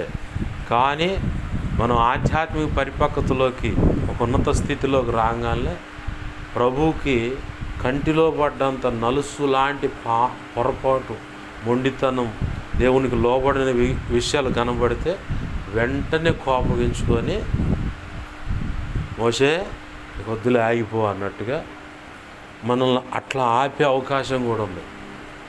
మనల్ని అట్లా ఆపే అవకాశం ఉంది కాబట్టే అటువంటి అనుభవంలోకి మనం వెళ్లకుండా, అటువంటి కఠినమైన పరిస్థితుల్లోకి మనం వెళ్లకుండా ప్రభు ముందుగానే ఇక్కడ మనల్ని మెల్ట్ చేస్తాడు, శ్రమలు అనుమతిస్తాడు. కొంతమంది వ్యక్తులు కావాలని ఎదురు పెడతారు, అడ్డంగా ఎదురు పెడతారు. అక్కడ మనం తగ్గించుకొని వెళ్తామా అంటే, మొట్టమొదటిగా ప్రభువుకి ఇష్టమైన విషయం ఏంటంటే మోకాళ్ళు వేయటం అనేది తగ్గింపు జీవితం. కొంతమంది మోకాళ్ళ అనుభవం ఉన్నా కానీ గర్వించే వారం ఉంది. అది ఎరగాలంటే కొన్ని విషయాలు ఎదురు తీసుకొస్తాడు దేవుడు. వచ్చినప్పుడే మనం సరిచేయబడతాం. మనం బాగా గుర్తుపెట్టుకోవాల్సిన విషయం ఏంటంటే, మోషేలాగా ఆ చిన్న పొరపాటును బట్టి మనల్ని దేవుడు పక్కన పెట్టేదాకా తెచ్చుకోకూడదు. సేవకుడు అయినా, విశ్వాసులమైన, పరిచారకులైనా, సంఘ పెద్దలైనా, ఎవరైనా సరే మోషే జీవితం ఎంత. అక్కడ మనం బాగా గుర్తుపెట్టుకోవాల్సింది ఏంటంటే, యేసుప్రభు వారు చెప్పిన మాట ఉంది, మనిషి కుమారుడికి వ్యతిరేకంగా తిరిగి దూషించినా కానీ క్షమాపణ ఉంది, కానీ పరిశుద్ధాత్మకు వ్యతిరేకంగా తిరిగి ఎవడైనా మాట్లాడితే మాత్రం వాడికి క్షమాపణ లేదండి. ప్రభు మోషే వాళ్ళందరూ ద్రోహులారా అని చెప్పని ఆవేశంతో దాన్ని కొట్టంగానే మోషే అహరోనులు ఇట్లా అన్నాడు, ఏం ప్రభువా, ఈ సర్వ సమాజం అంతటి ఎదుట నా ఆత్మను ఎందుకు సన్మానించలేదు అంటే, పరిశుద్ధాత్మను ఎందుకు సన్మానించలేదు? కాబట్టి రావు, కనాను దేశంలోకి రావు, ఆ కొండెక్కు నీకు చూపిస్తాను. కథం. మనం ఆధ్యాత్మిక పరిపక్వత పెరిగే కొద్దీ కంటిలో నలుసు కంటే ఇంకా చిన్నదైన పొరపాటు ఏదున్నా కానీ మన మనస్సు నొప్పించుద్ది. అలాగ మనస్సాక్షి పనిచేస్తుంది. చిన్న పొరపాటు కూడా ఘోరమైన పాపం చేసినట్టుగా పశ్చాత్తాపడతాం. ఆధ్యాత్మిక పరిపక్వత పెరిగిన దాన్ని బట్టి. కొంతమంది పెరిగిన దాని సీనియారిటీని ఆధారం చేసుకొని ఘోరమైన పాపాలన్నీ చేస్తారు. వాళ్ళనే వాత వేయబడ్డ మనస్సాక్షికి ప్రభు అప్పచేస్తారు. రోమాపత్రిక 1వ అధ్యాయం 28 నుంచి 32, 31, 33 వచ్చినాలే ముందు అక్కడ చివరి దాకా అక్కడ చెప్పబడుతుంది. చెయ్యరాని కార్యాలు చేయటకు వాళ్ళని అప్పచెప్పేశారు. అట్లాంటి అప్పచెప్పే పరిస్థితికి వెళ్ళకుండా ఆధ్యాత్మిక పరిపక్వత ఎదిగే కొద్దీ చిన్న పొరపాటున్న దేవుడు సహించడు. ఎందుకంటే నువ్వు సంపూర్ణురాలు కావాలన్నదే దేవుని ఆశ. చిన్న పొరపాటు కూడా లేకుండా.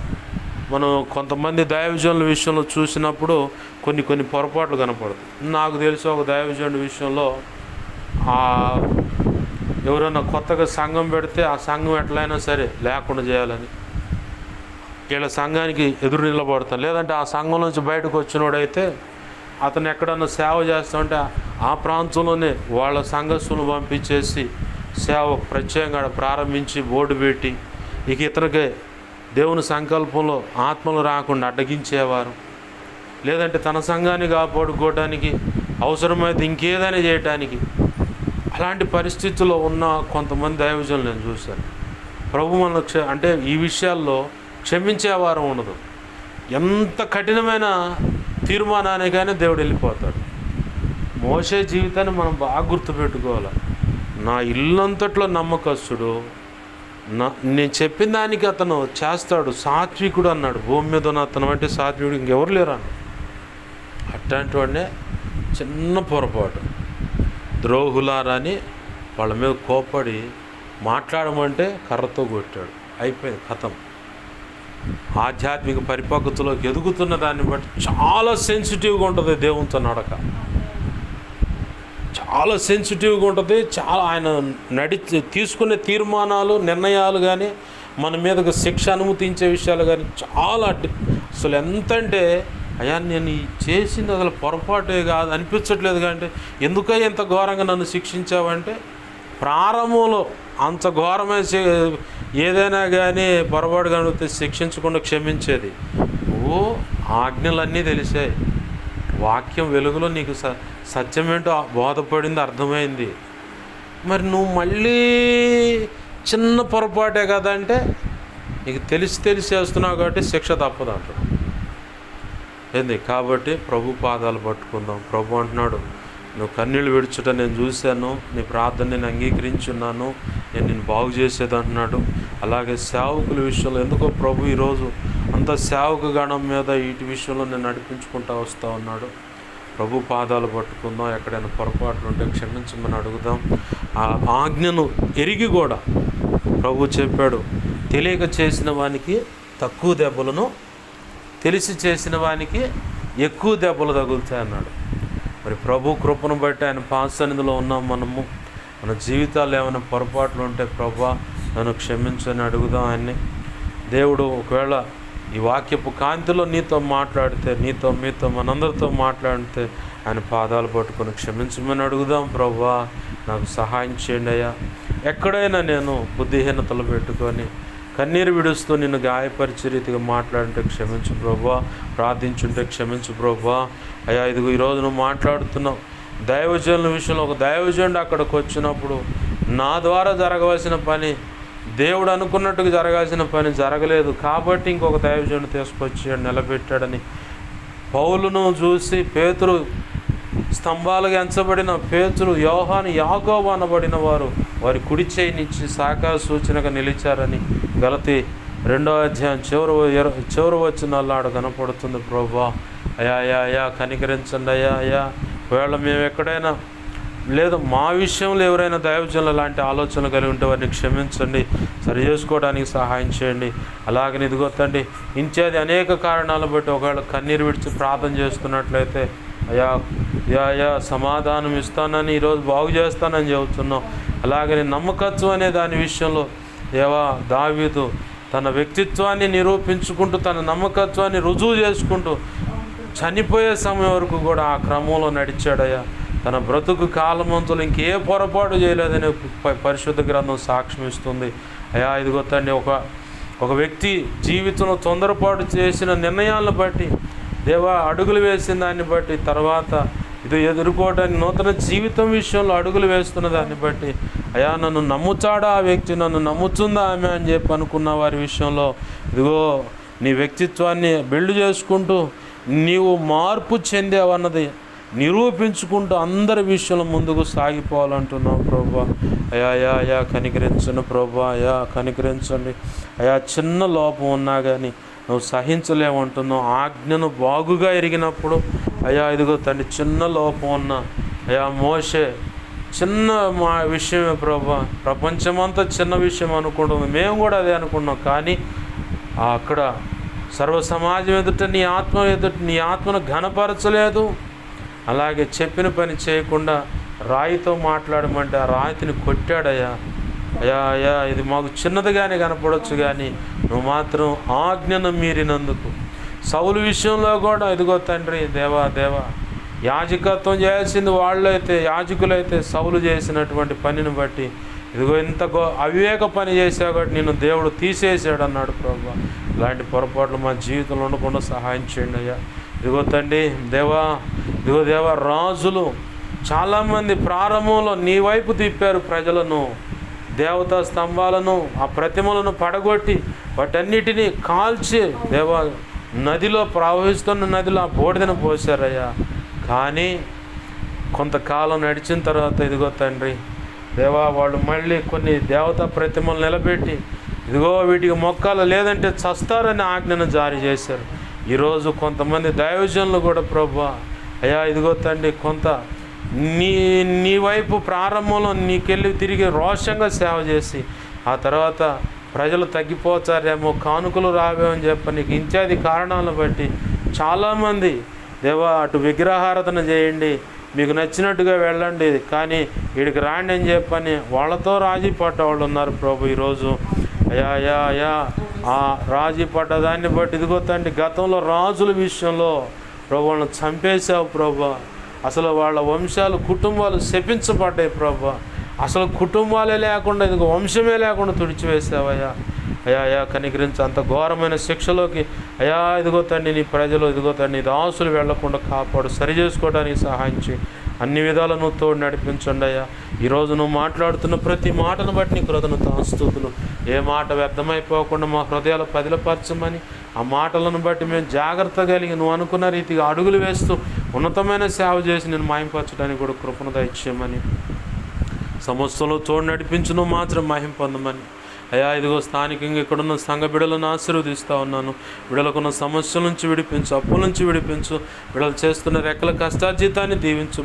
వారి కడుపును పుట్టిన పిల్లల చదువులో చూడేయండు అయ్యా, ఉద్యోగాల్లో చూడేయండు, వ్యాపారాల్లో చూడేయండు, అన్ని విధాలు ఆశీర్వదించి కృపలు వర్ధల చేయమని అయ్యా. నన్ను మమ్మల్ని చేతులకు అప్పచెప్పుకున్నాం. 2 తిమోతి 1:12 ప్రకారం నన్ను మమ్మల్ని చేతులకు అప్పచెప్తున్నాం ప్రభువా.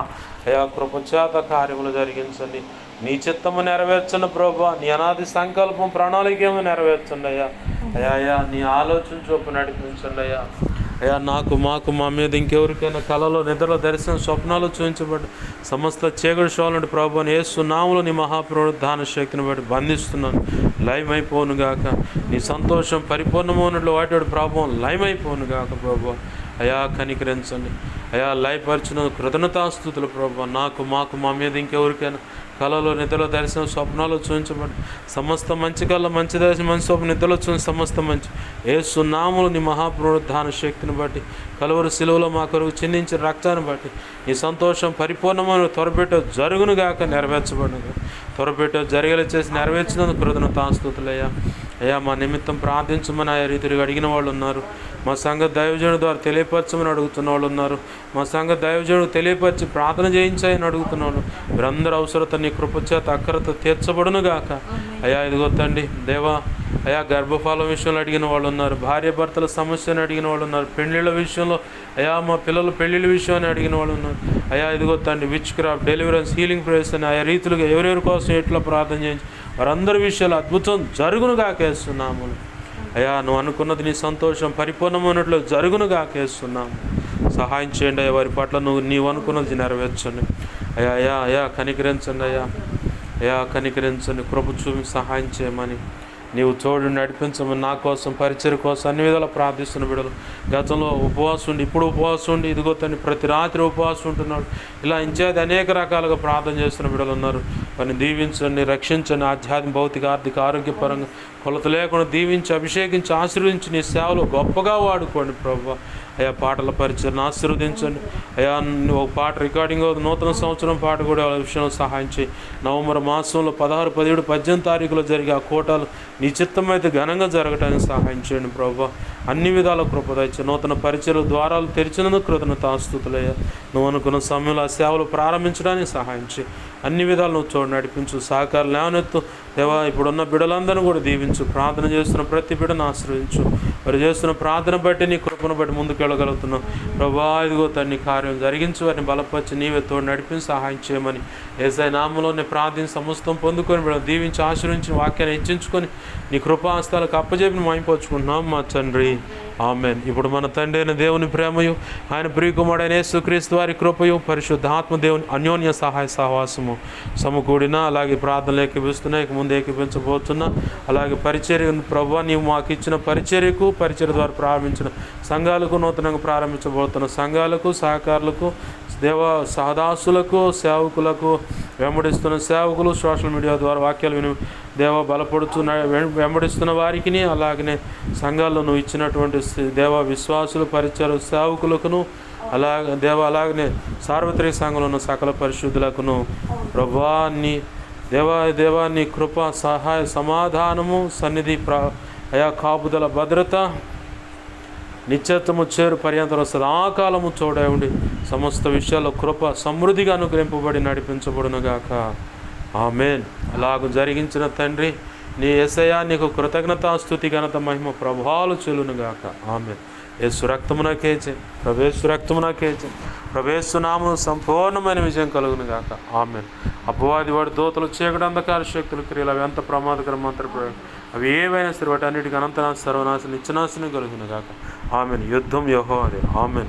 హల్లెలూయా, హల్లెలూయా, హల్లెలూయా. అందరికీ వందనాలు. ప్రభు యొక్క మహా ఉచిత కృప మనందరికీ తోడే నడిపించునుగాక. ఆమేన్.